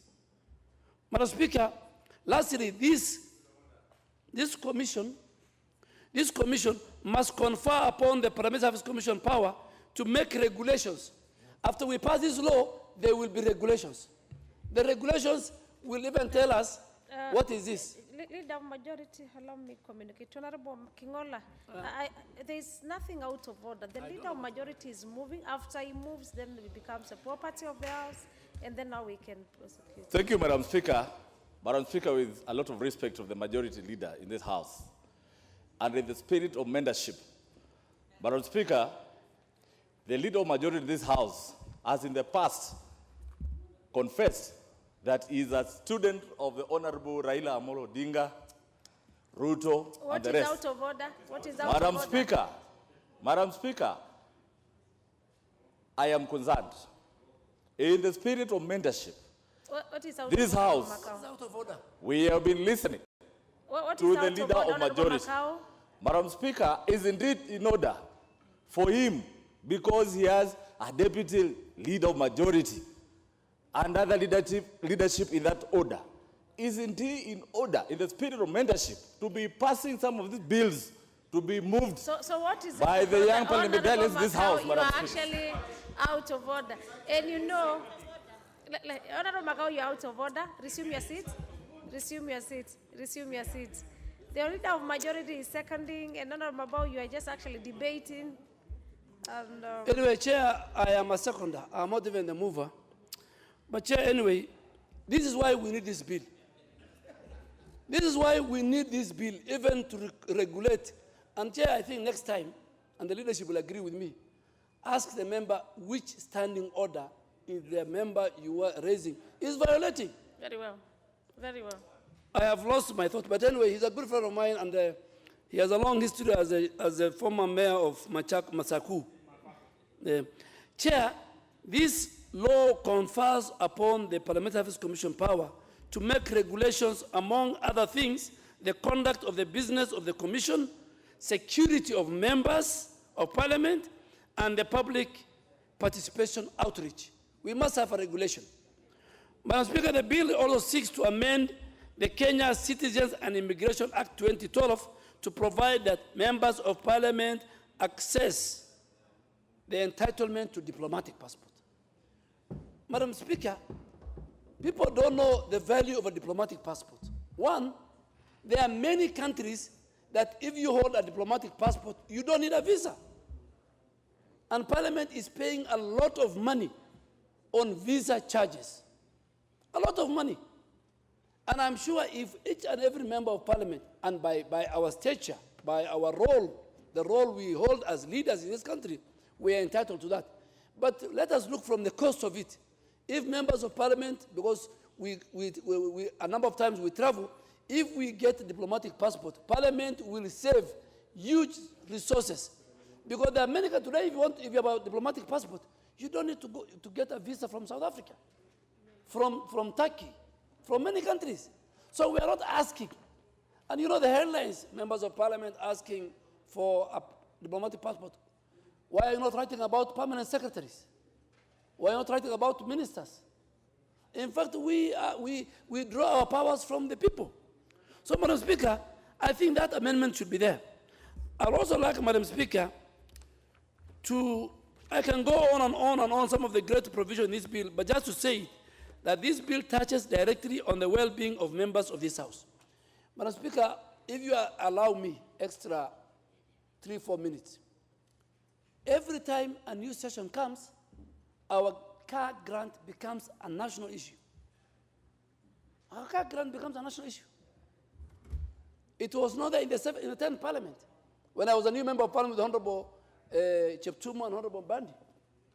But from the 11th parliament, it became an issue because of SRC. We must anchor it in law so that even nobody can question it.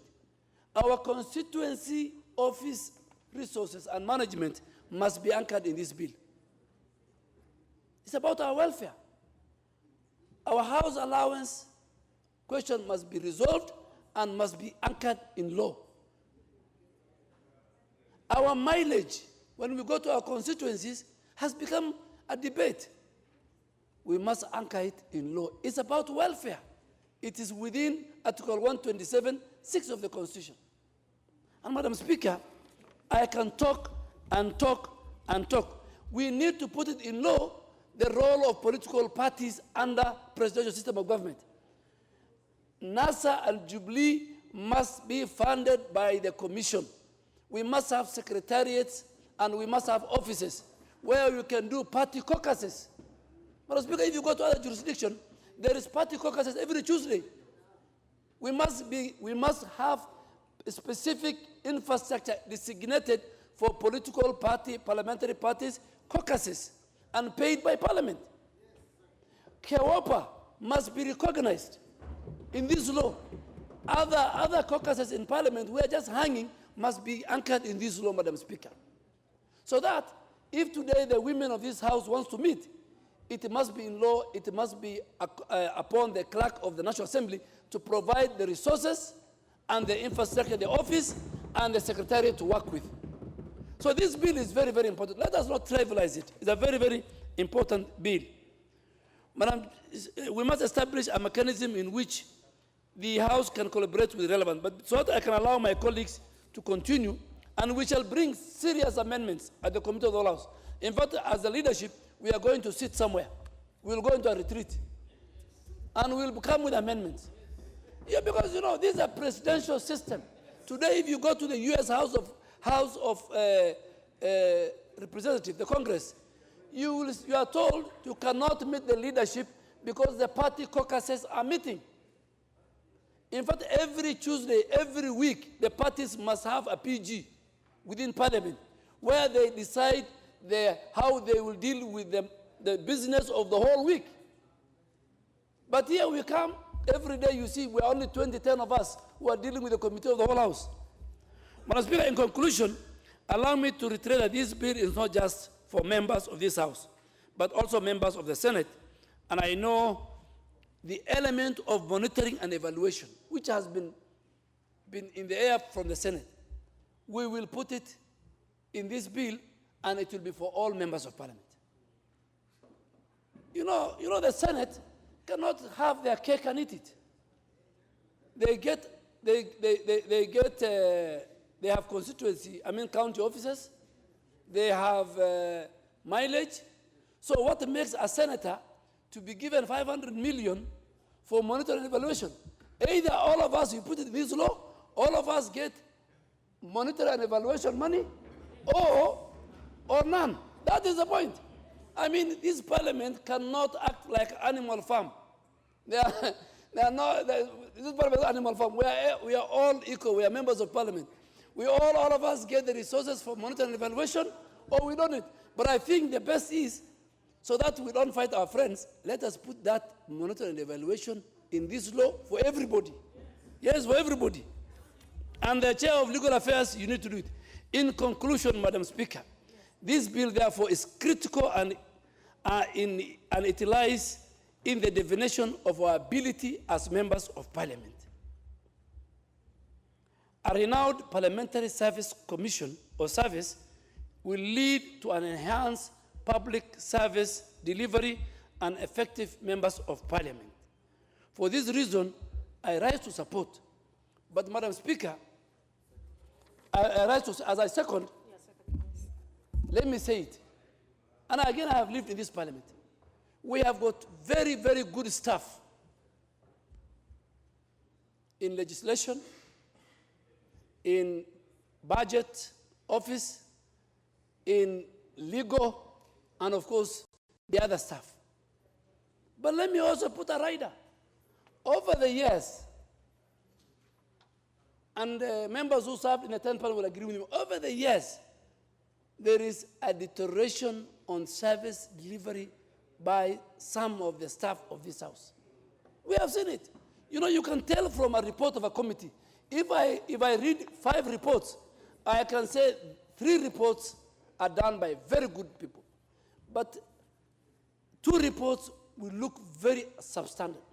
One of the reports I really want to quote as one of the best reports was a report that discussed in the 11th Parliament, the Public Accounts Committee when there was a problem. You know, that report which was tabled here. If you look at it from the page, I'm talking about the language, you know, the way it is. So really, we really want to ask our staff. We really want to ask our staff. You are paid very well. You have got very good insurance. And I'll repeat it here, there must be a serious personal space between the staff of Parliament and members of Parliament. Well, there must be a personal space. Even the great ladies who serve, and men and women who serve us at the cafeteria, there must be a personal space. There is a place meant for only members of Parliament, and the board is very, very clear. Colleagues, let us respect that. You know, there used to be a very tough sergeant at arms, Wendo, called Wendo. I wish we could get another Wendo in this assembly. Because Wendo, you cross with a visitor to the members' area, he will deal with you properly. So let us respect our staff. Let us make sure that there's a personal space between you and the staff. Let us motivate them. And I'm sure in this bill, we will also bring issues. Staff in this parliament must progressively, you know, rise to positions. I mean, if you join the parliament, you must aspire as a staff. You must aspire to become a clerk one day. So we don't want somebody somewhere to have, you know, to run parliament like an animal farm, that you have got your own personal staff. No. We are telling the clerks, you cannot discriminate against staff. You work for all the staff of this house, of this parliament. You know, there was a man who left called, who was the director of finance, Obudo. You know, let me tell you, the moment Obudo left, the whole finance department of this parliament collapsed. Let me tell you. In the 10th parliament, Madam Speaker, a staff used to bring us the form for mileage. At the place of where we have tea, you sign, you check. Should be winding up. Yes, as I'm warning, the same staff 1 week later or 2 days later will bring you the check. These days, members of parliament, they go to look for their queue, their files are hidden. They have to bribe staff of this parliament. We know, we'll speak. Members of parliament, yes, these days you bribe. Members of parliament, please don't stoop too low.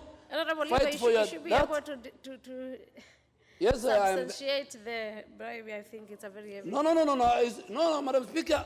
Madam Speaker, you know, when I'm on the chamber, when I'm on the floor of the House, is the time I can speak my mind, my free thought, my free speech. The moment I leave the chamber, I will be gagged.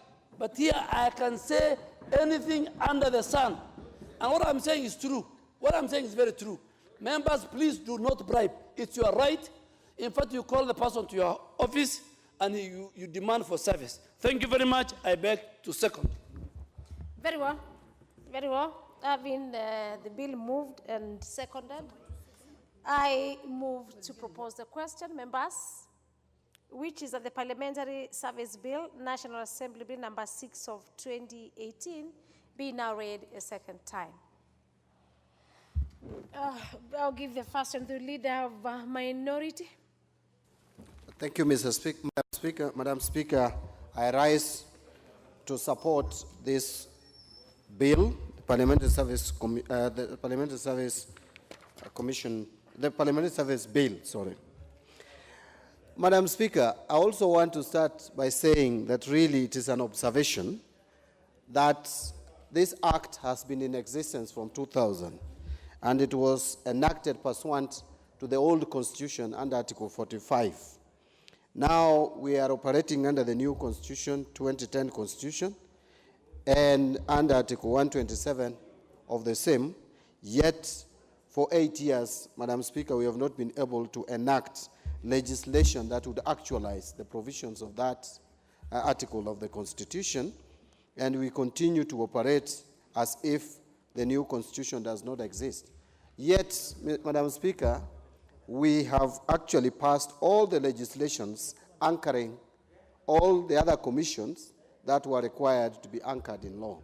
Madam Speaker, I think that has been not really an oversight, because we were very much aware of our responsibility. Maybe it is negligence of our responsibility as a House. But Madam Speaker, a time has come when now this House has seen it fit to debate this bill and pass it. And Madam Speaker, I want to thank the Chair and the leadership of the committee, the Jailer Committee, which extensively looked at this bill, sought the opinion of Kenyans as is required by law, and has done a very comprehensive report, from which report I am sure we will derive a number of amendments to even make this bill much better. The first question that one would want to ask when you are in any organization is to find out what is the primary objective, the core function of an institution or an organization. When I used to work with the University of Nairobi in the finance department, we were always reminded that the core function of the University of Nairobi is to teach and do research. Any other services being provided, whether it is Student Welfare Authority, Catering Department, Halls Department, Finance Department, Procurement, we were always reminded we are the support functions of the university. The question you need to ask is, what is the primary objective, the core function of Parliament? It is legislation. And therefore, I want to ask, if there are no members of Parliament, would we have a Parliament?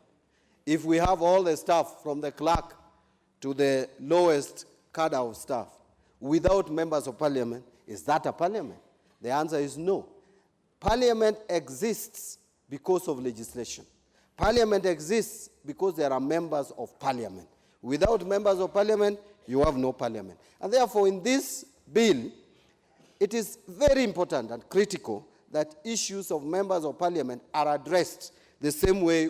Also, I want to disagree slightly with the leader of majority that it is not just members of Parliament that is addressed by this bill.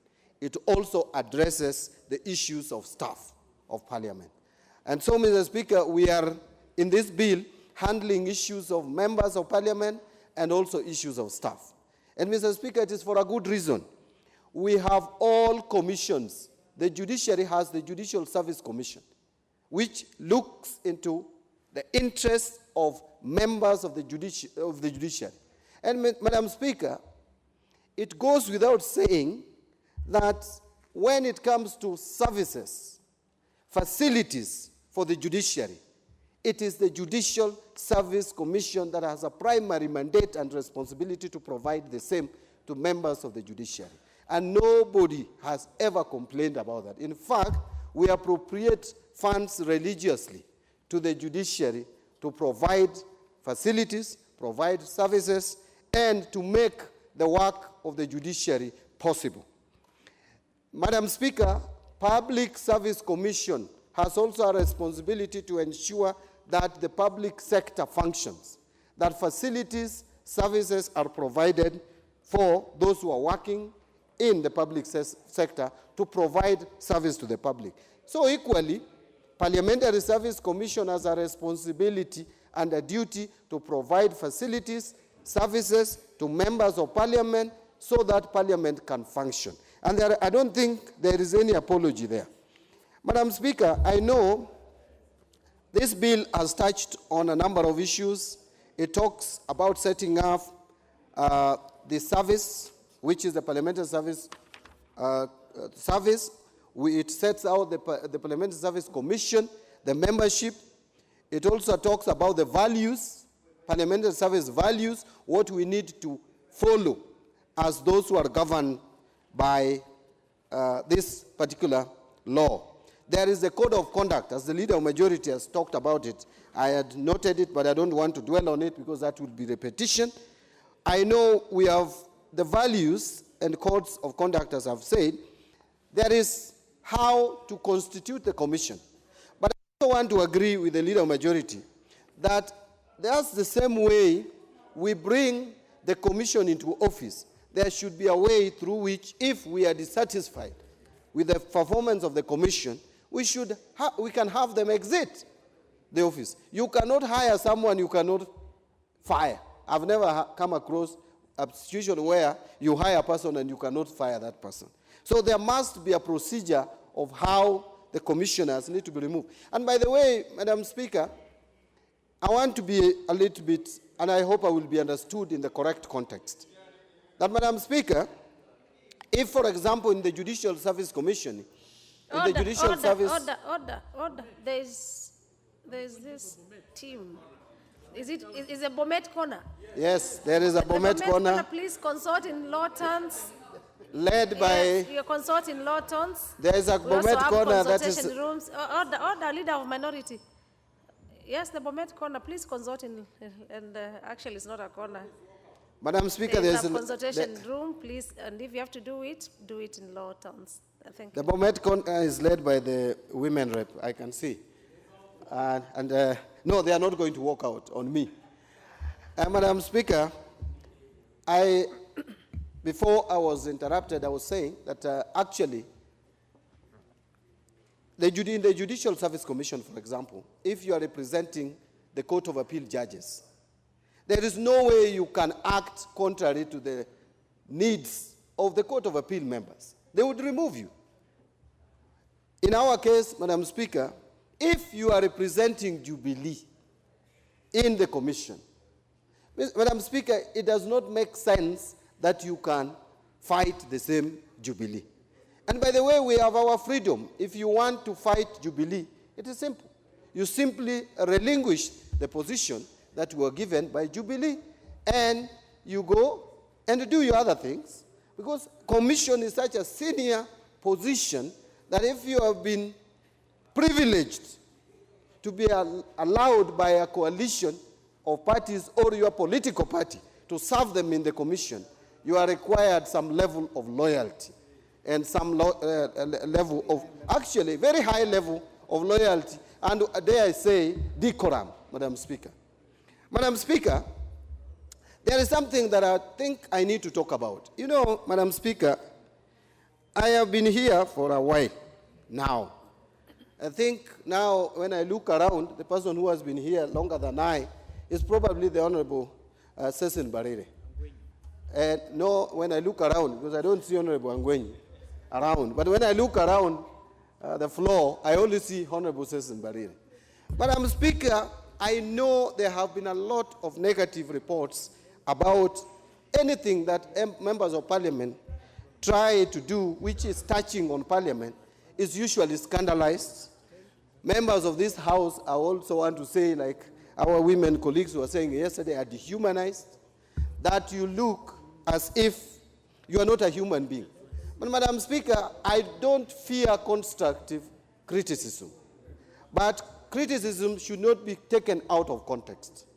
Because when I read some of the things that I read in the media, baffles me. When you talk of members of parliament trying to create a medical cover that would ensure that inpatient is 10 million for every member, I think that is what is already there in place.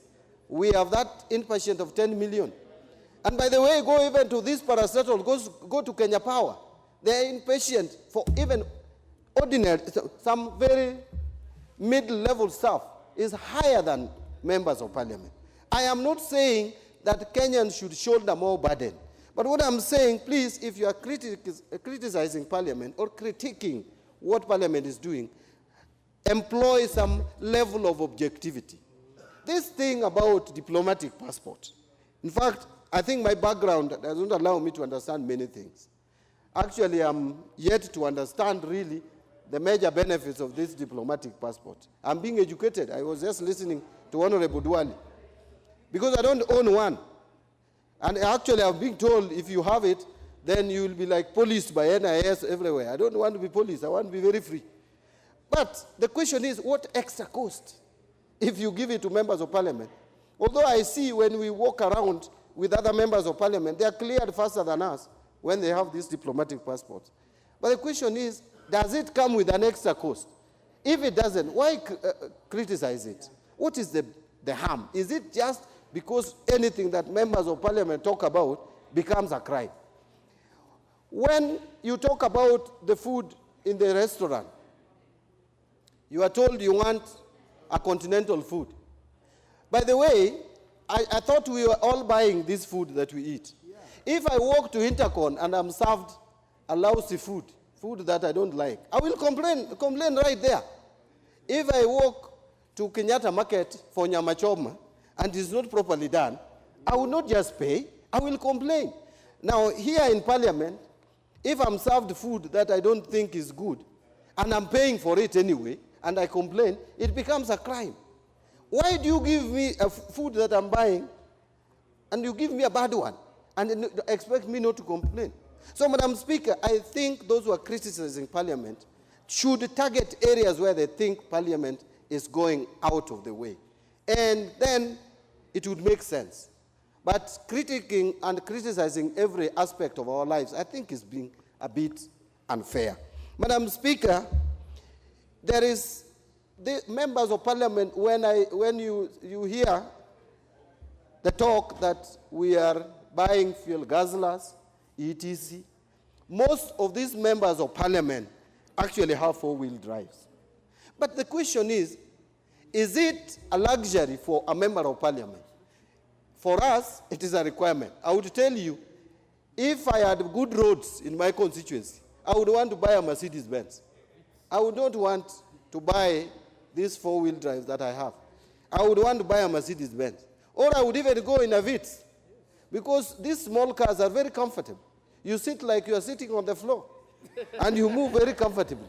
But with the kind of roads that we have, Madam Speaker, even if you wanted, and that is why most of these MPs would not buy a Range Rover, for example, because that is a luxury car. It will break in our roads. So we go for these vehicles, not because we want, but because of the roads. Someone will ask, why are we not pushing hard for the roads? How hard can we push? If you want the roads to be done, and it is not done because of lack of resources. I know I will be told that we are increasing our salaries. That is why there are no resources. How much can you accumulate from these salaries of members of Parliament, even if you were to work for free? Even if you accumulate it for 10 years, would you even do 10 kilometers of road, tarmac road, with the salaries of members of Parliament? I think we are, as a country, are using excuses for mediocre performance sometimes by our system or the government. Mediocre because we get our priorities wrong in terms of managing our economy. And I think going forward, this House, we have been challenged enough. I think it is high time that now we collectively, and in the spirit of handshake, we collectively start holding the executive to serious account for the resources that we vote to these ministries. Because, Madam Speaker, we cannot continue voting for money to the ministries and that money is wasted. Finally, Madam Speaker, on that point, we continue to allocate a lot of resources to counties.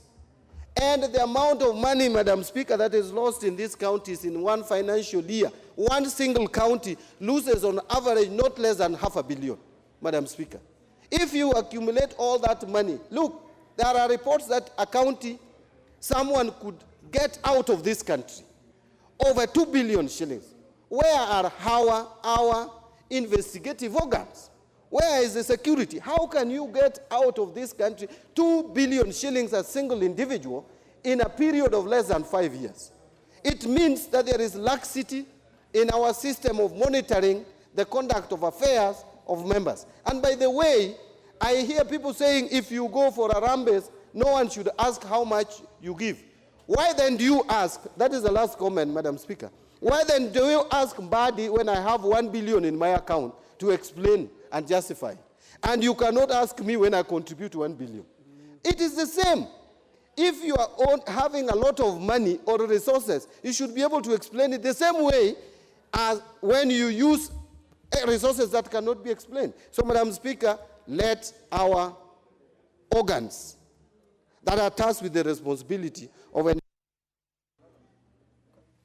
Very well.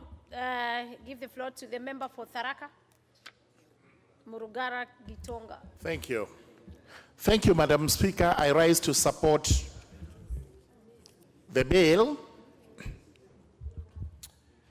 and wish to state as follows. This bill is pursuant to the provisions of Article 127 of the Constitution. The Constitution of Kenya establishes the Parliamentary Service Commission and proceeds to set out the mode of its establishment and the functions of the commission. The commission is also supposed to perform any other functions prescribed by national legislation. It is important to emphasize again that this House has enacted acts of parliament in respect of the other organs of state. The House has established the Public Service Commission Act for the executive and the Judicial Service Commission for the judiciary. For the last 8 years or so, the House has not been able to establish an act of parliament in respect of its own self and in consonance with Article 127 of the Constitution. It is fortunate that this House now has the task to establish an act of parliament that is going to govern the Parliamentary Service Commission. And this is why today we debate on the Parliamentary Service Bill that is before the House. There has been a lot said out there as regards what the House is doing. The press has picked it that the House is out to enhance its perks, to enhance its salaries, give itself more benefits, and everything else that goes with what they term as a greedy House. Nothing would be far from the truth as regards this, because number one, we are required by the Constitution to pass a law such as what we are doing today. We are also required to ensure that our own institution, the Parliamentary Service Commission, is entrenched in a legal statute, in an act of parliament. We cannot escape this, even if we went whichever way, even if we went in circles, even if we went forth, to and fro, it does not matter. We have to enact this law. It is my view that we should not shy away.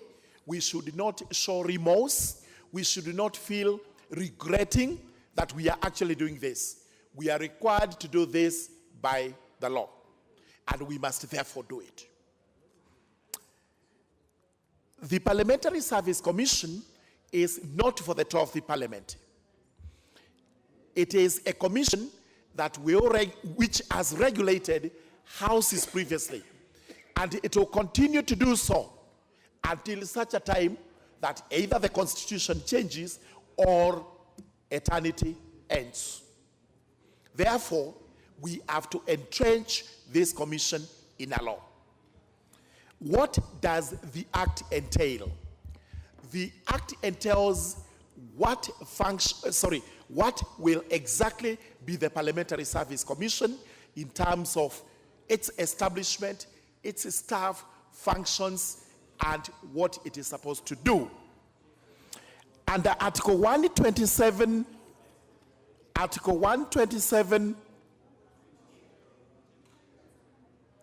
6A, the first function of the Commission is to provide services and facilities to ensure the efficient and effective functioning of Parliament. Parliament consists of this House, the National Assembly, and the Senate. Parliament also includes the staff members that work under it. Therefore, the Constitution promulgated by the people of Kenya does make a provision that there will actually be a Parliamentary Service Commission. The people of Kenya considered this particular provision, found it good, included it in the Constitution, and passed that Constitution. Today, we cannot turn around and say it is a bad provision. It is a provision that was passed by the people of Kenya, was approved by the people of Kenya, and whatever it provides is good for the people of Kenya.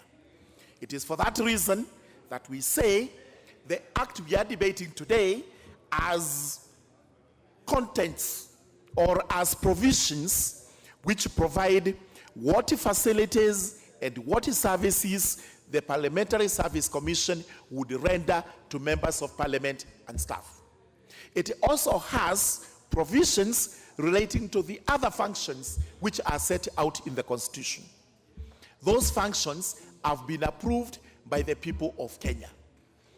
We are not saying today, and it should be understood by everyone, that we are not even defying wise counsel from His Excellency the President, from all other leaders that say, members of Parliament, do not increase your packs. We are not increasing our packs. We are not increasing our benefits. We are not doing any of this. There is no provision in this act that says you have to increase.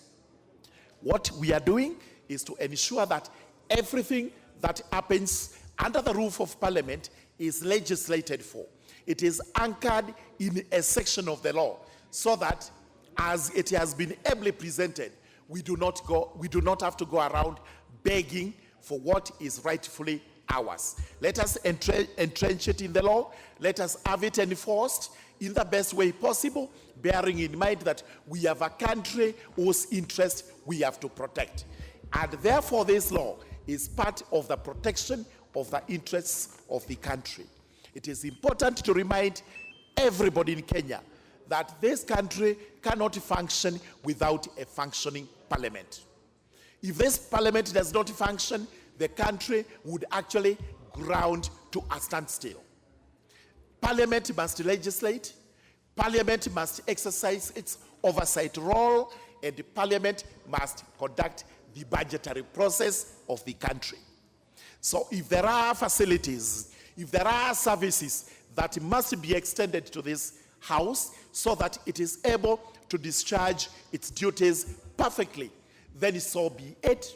And this is why we are passing this law, so that whatever it is that will make Parliament perform its duties in a manner that is dutiful, then we will legislate for the same. For those reasons, it is my humble view, and I urge honorable members to consider this bill effectively. There will be numerous amendments that are going to be proposed from all quarters. If those amendments are for the good of the people of Kenya, are good for the legislative arm of the state, are good for everyone, we will pass. If they are bad, they are not acceptable to the people of Kenya, we will actually reject them.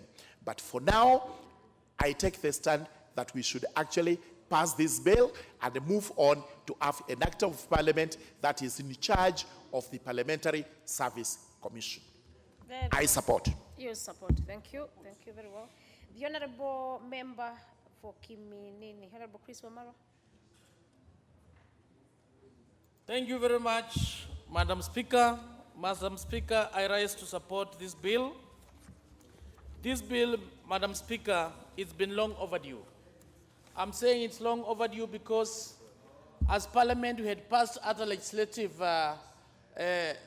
policies that were operationalizing other independent commissions, but unfortunately for parliamentary service, we had not done.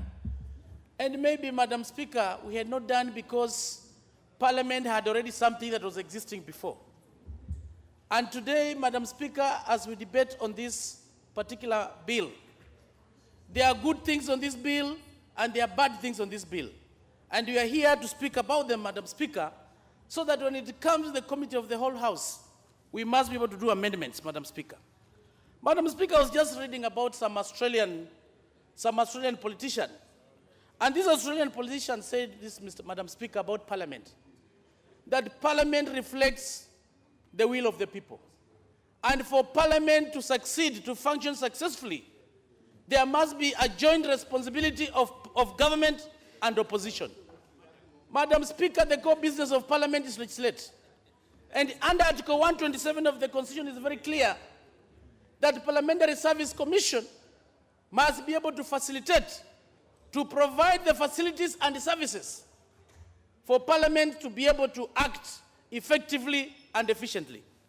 Madam Speaker, for you to bring a motion here, or for you to bring a bill, you must do research. You cannot just wake up and bring a bill here, Madam Speaker.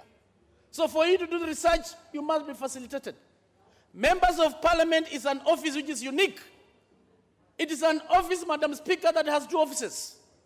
You have an office at the constituency level, Madam Speaker, and you have another office here. So it goes without saying that when it comes to facilitating, SRC cannot be able to handle. SRC does not understand the challenge, the circumstances of this Parliament, Madam Speaker. And because Article 127 is clear, when it comes to the issues of remuneration, let SRC handle it.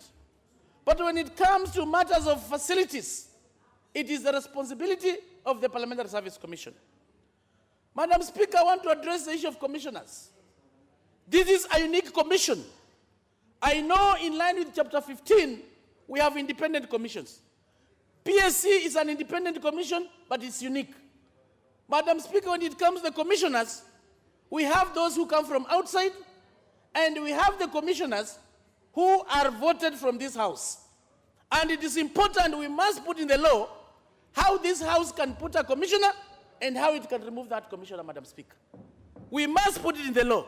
If you have a commissioner who is not taking care of the interests of Parliament, is this the same Parliament that should be able to remove that person? And it comes to the committee of the whole House, we are going to do that. Madam Speaker, we are seeing commissioners, the moment they go there, they become rock, Madam Speaker. They forget the interests of these parliamentarians who are here. We've been complaining severally, but the moment they go there, they keep quiet, Madam Speaker. Some of them go there to take care of their own interests. And it is never, we are not going to allow that.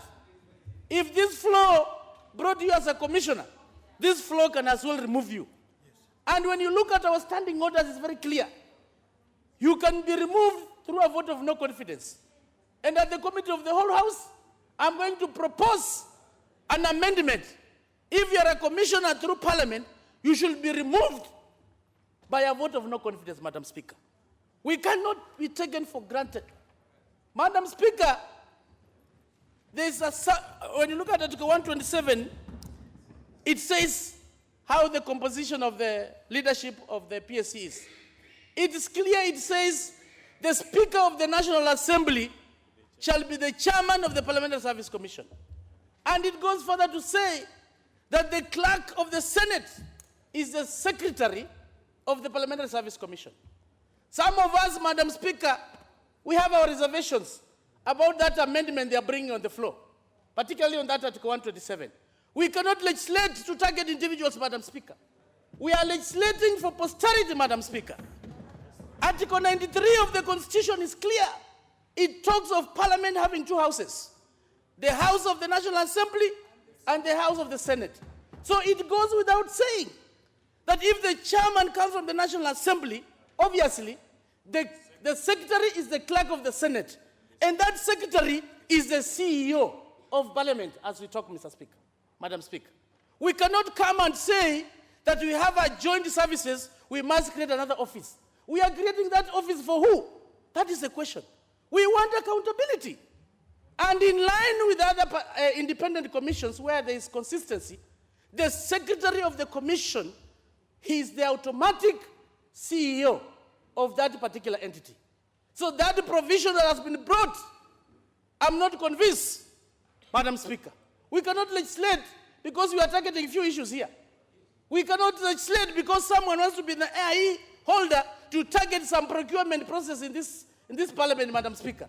That one is not allowed. You don't become a commissioner to go and enrich yourself. We are saying no. What we are saying, we want consistency to remain, and Parliament is not going to be an exception. The clerk of the Senate shall remain the secretary of that PSC, and more importantly, will be the CEO. And as such, he is the accounting officer. As such, is the AIE holder. As such, is in charge of all the joint services. This is a house of debate. This is a house of tradition. This is how Parliament has been. Why is it all of a sudden, Madam Speaker, we want to bring a legislation and you say, hey, here you'll only be 1 term or 2 terms, just like others. But we have said Parliament is unique. That's why you see the commissioners come from outside and others are elected members of Parliament. So some of us, we are uncomfortable. We are not convinced at all because this Parliament, some people have interests, they have their own targets, they know what they want, and we are saying no. The accounting officer remains the clerk. Madam Speaker, when you look at this bill, much that it does not involve the issues of the counties, but it must go to the Senate. This bill must go to the Senate, Madam Speaker. And I'm saying that because under Article 93, when you talk of Parliament, you are talking about the National Assembly, and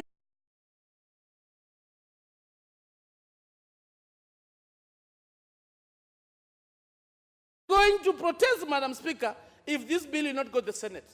And the senators, wherever they are, they must stand up to be counted. That this bill must go to the Senate for purposes of checks and balances. When we have 2 houses, it's to check each other. If someone wants to bring something because of malicious interest, then the other house can be able to check and say, no, this is what we are calling upon. When it goes to the senators, they must be able to check what National Assembly has put in place. Otherwise, Madam Speaker, is a good law. We are going to support. But when it has some mischief somewhere, we are not going to keep quiet. And that's why we are preparing amendments to bring them when that time comes. Madam Speaker, as I move on, you know, when I was listening to Honorable Cheptumo, I have a lot of respect for Honorable Cheptumo. The issues of public participation, all the issues he had said, he's a humble man, and he means well. When it comes to the leadership of this House, Madam Speaker, we have the leader of majority, leader of minority. This one is anchored in the law, in the super law, that is the Constitution. It must find its way when it comes to Parliamentary Service Commission, because you are trying to operationalize that. Some of us who are in the leadership, Madam Speaker, there are a lot of responsibilities. But when you look at the PSC, the recognition of the leadership must be anchored. The recognition of the chairs of different committees must also be anchored. I checked, I went through, I did not see this. So when it comes of the committee of the whole House, I'm calling upon honorable members to be able to come up with amendments so that as we bring this law in place, this law must be inclusive. It must include everyone. We should not leave anyone behind. Should be winding up. Madam Speaker, the issue of every now this Parliament going to beg the executive, the days are gone. We must legislate everything here so that we don't have to go begging to the executive every time there's an election. Parliament must remain independent. And Madam Speaker, with those few remarks, I support and will amend at the Committee of the Whole House. Thank you, and I support. Very well. Very well. Amendments are always welcome, and thank you, because we have procedures. So the right time, now it's a second reading.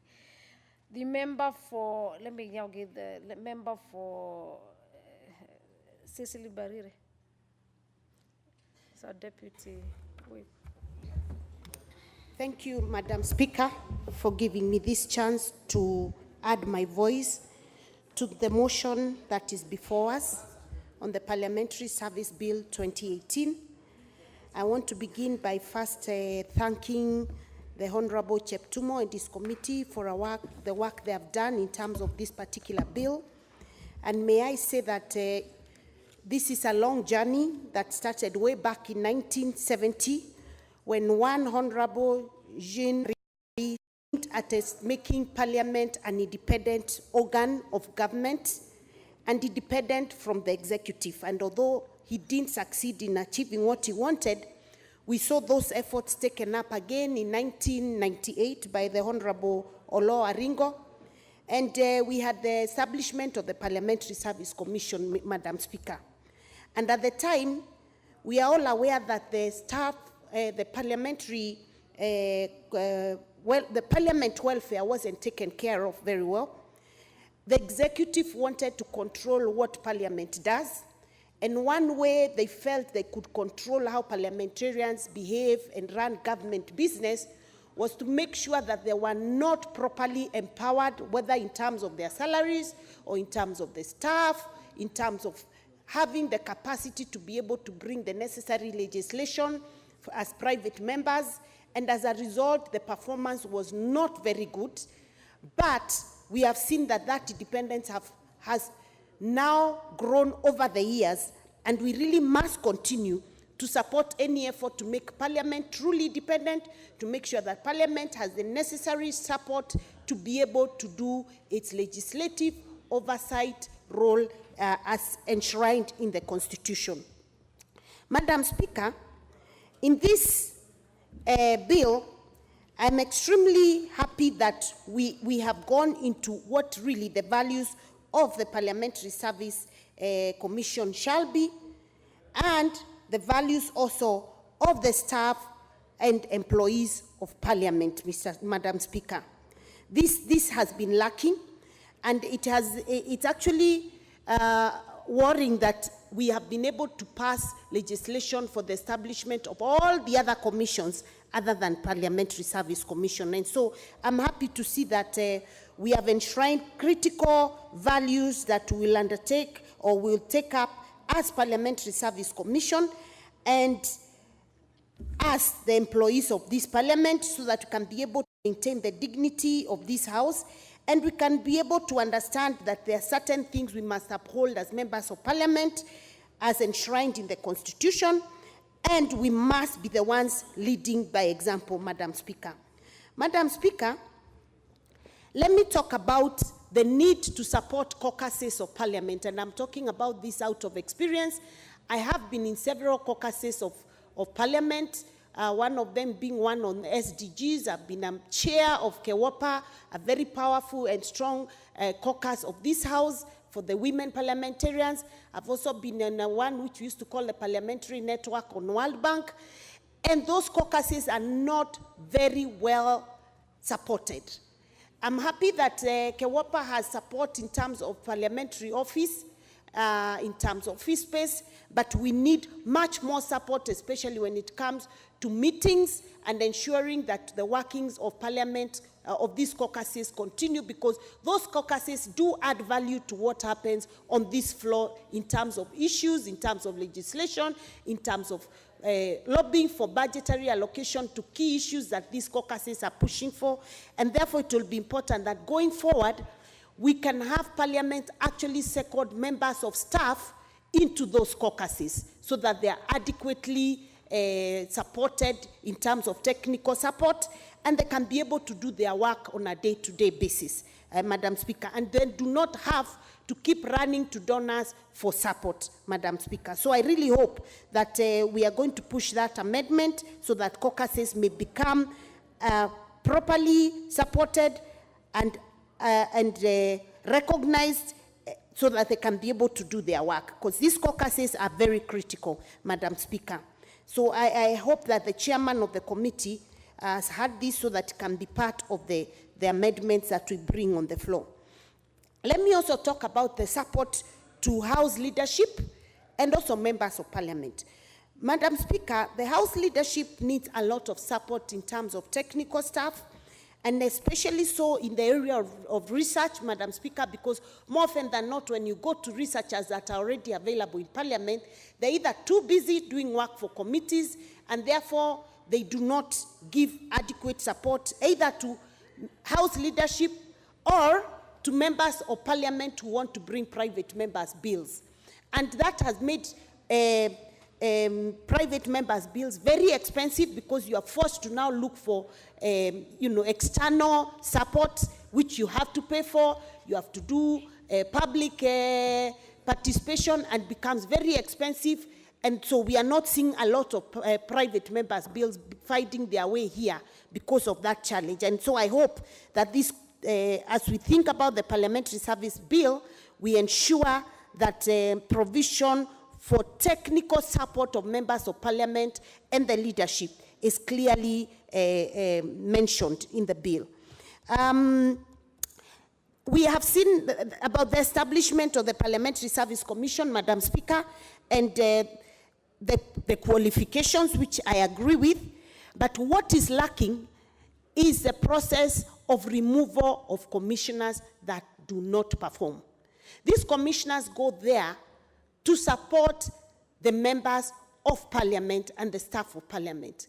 Should we, as parliamentarians, feel that the issue about wage bill is not an issue that is contributed to by members of Parliament? And somebody said it here. Even if members of Parliament were to earn 0 shillings today, it will not add an inch of road, it will not add an inch of reduction on the tax burden on the people of Kenya.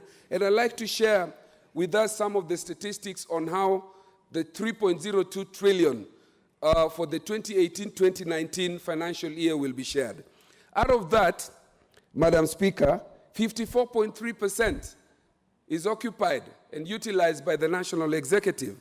31.3% of that is the consolidated fund. The consolidated fund is used and appropriated or disbursed by the national government. So collectively, the national government controls 85.4%, while the National Assembly and the Senate collectively controls just a mere 1.4%. So we will not be embarrassed into discussing the welfare and the well-being of members of Parliament on the presupposition or on the argument that members of Parliament are trying to argue to add on to their salaries or their remunerations. I wanted to also point us to the provisions of the Constitution. This bill does not seek to add anything that is not already an entitlement within the Constitution. And in the 5th schedule of the Constitution, I believe the 6th schedule, it did say quite clearly at part 2 that their rights, duties, obligations, and existing laws, things that accrued to members of Parliament or anybody indeed under the Constitution, continued to be existing obligations after. So what we are doing now in terms of the mileage, in terms of the other things that are intended to be brought into this bill, are not things that we are bringing in terms of adding onto our salaries. We are merely entrenching these provisions and this entitlement into law, the same way it is entrenched for the Judicial Service Commission, the same way that is entrenched for other members of other organs. I also wanted to address the issue about the equality between the different arms of government. Parliament is not subordinate to the other arms of government. The responsibilities that Parliament has equally must be funded in the same way that we have given 85.4% of our budget to the national government to meet. The roles of this assembly, both Parliament and the Senate, clearly indicated under Article 95. The National Assembly represents the people of their constituency and their special interest. Parliament also exists to solve the problems of its people and the people they represent. We are in the unique position in which we sit every day here to make legislation without, like Cecil Barile has said, sufficient staff to be able to help us with research and other things. We also run our constituencies. To date, our constituency staff have not been paid. And I'm going to propose, among other things in the 3rd stage, when you're talking about the amendments, that we create a parliamentary fund similar to that in Article 173 that has created a judiciary fund. Because every day you need to go for a trip, you're told something called IFMIS has failed. You need to go for a seminar, you're told sijui IFMIs have failed. You need your mortgage, you have to go back to the treasury in order to do the duties of an independent organ of parliament. And I think this is one of the things we must do in order to ring-fence the independence of this institution called parliament, and I will be bringing that amendment so that we establish what mirrors that which is in Article 173 of the Constitution.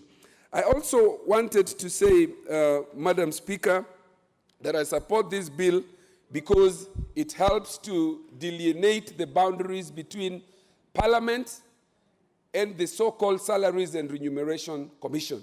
The Salaries and Remuneration Commission is well established. It is a commission whose duty is to look at the salaries of state officers.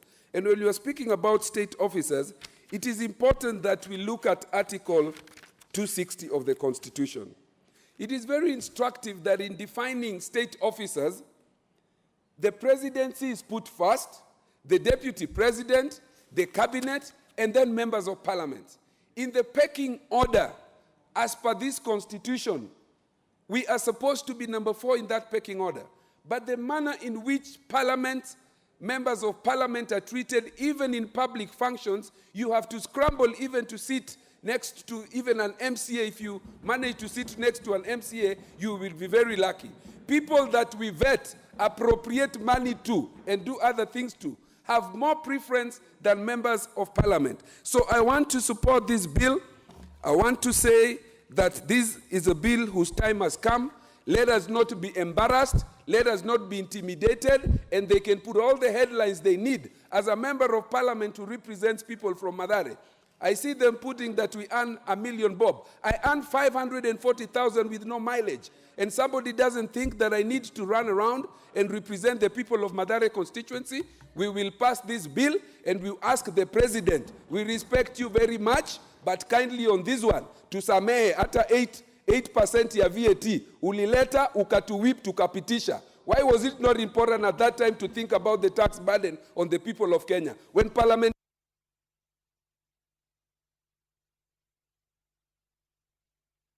Time is up. Yeah, the chairperson education committee, and I'm aware you do not. You can use the dispatch box.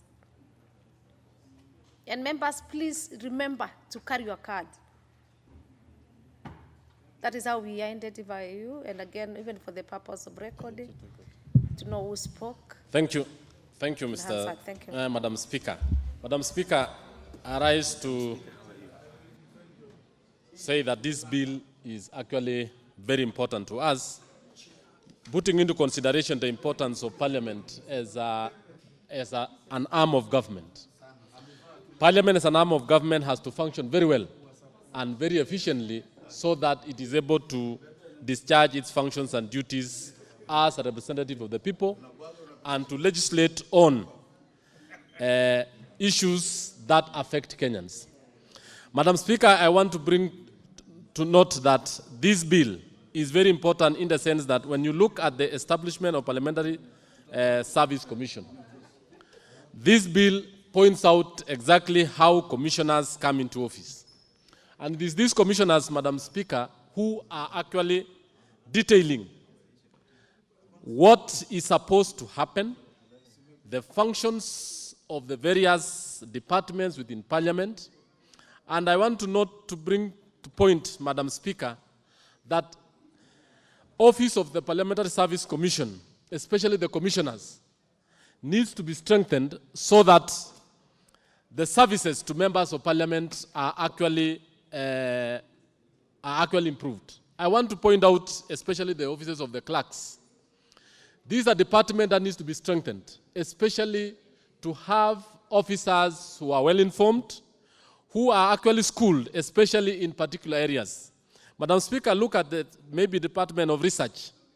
It is a very important department. Look at the Department of Law Drafting Department. It needs to be strengthened so that when members of Parliament have issues to be tabled, officers are able to go through those particular issues, they're able to draft them on time. But as we speak today, we have actually less staff. There are a number of issues that are supposed to be recited into. And I want to point out especially issues in other democracies. Look at maybe parliaments in foreign nations like Canada, and I've seen the legal department have actually given us a comparative analysis of some of the countries they went into. If you look at their research department, it is well entrenched. The staff are enough. They are able to service the members very well. They are able even to write the bills and be able to table them on time. They are able to research on a number of issues. Today, we can have issues affecting our constituents. But because of the lean staff that we have, Madam Speaker, those particular issues cannot be well attended to. I remember a number of cases where you wanted to attend maybe even issues affecting constituencies that are in far-flung areas, which are actually peculiar to them. I want to point out maybe an issue affecting people such as the El Molo people of this country, where we have no representative in this parliament which is actually able to address their issues. But if we have a well-researched department, we are able to know how we are able to assist them, that will be very good. Two, Madam Speaker, I want to talk about issues of HR. And this is a very important issue which I want to raise before this House, and I think I'm going to bring an amendment on this. And this one affects mainly the employment, deployment, and recruitment of staff. I want to bring to the notice of members here that it is imperative, though the Parliamentary Service Commission and the Office of the Clerk are actually mandated to, they are supposed to recruit. It is good that we recruit staff to reflect the face of the country, to reflect the face of the constituencies that sit in this House. Madam Speaker, I want to bring to your attention that I have done a research. I have a paper that has actually been able to separate the number of staff in this constituency, in this House, and the staff they represent. And I want to tell you today, most of the staff that is in this parliament majority of them come from around 50 constituencies. Majority of over 100 constituencies do not have even a single staff. And it is actually not good. In fact, the Parliamentary Service Commission should ensure that every constituency is represented here. And the employment of staff is supposed to be constituency-based. So that if in the event that we are recruiting staff, any constituency in far-flung areas like Mandera, in the northeastern, in the Rift Valley, and in the coast, and in the central parts, they are represented here. Madam Speaker, you'll realize that the staff that are a majority in this particular parliament mirror the times the commissioners were in this House. You'll realize that commissioners who served 5 years ago or 10 years ago have their staff in this particular House. Today, I know the same trend will continue if we are not going to stop by actually ensuring that we have a very clear amendment, especially on the employment of staff, so that each and every constituency is actually well taken care of, and Kenyans are represented across the country. And this parliament will represent the face of the Republic. Honorable Meli, you will have a balance, unless you're through, a balance of 4 minutes. The next, yes, you'll have a balance of 4 minutes. Other members. Honorable members, the time being 1 p.m., this House stands adjourned till today, Thursday, 22nd November 2018, at 2:30 p.m. I thank you all.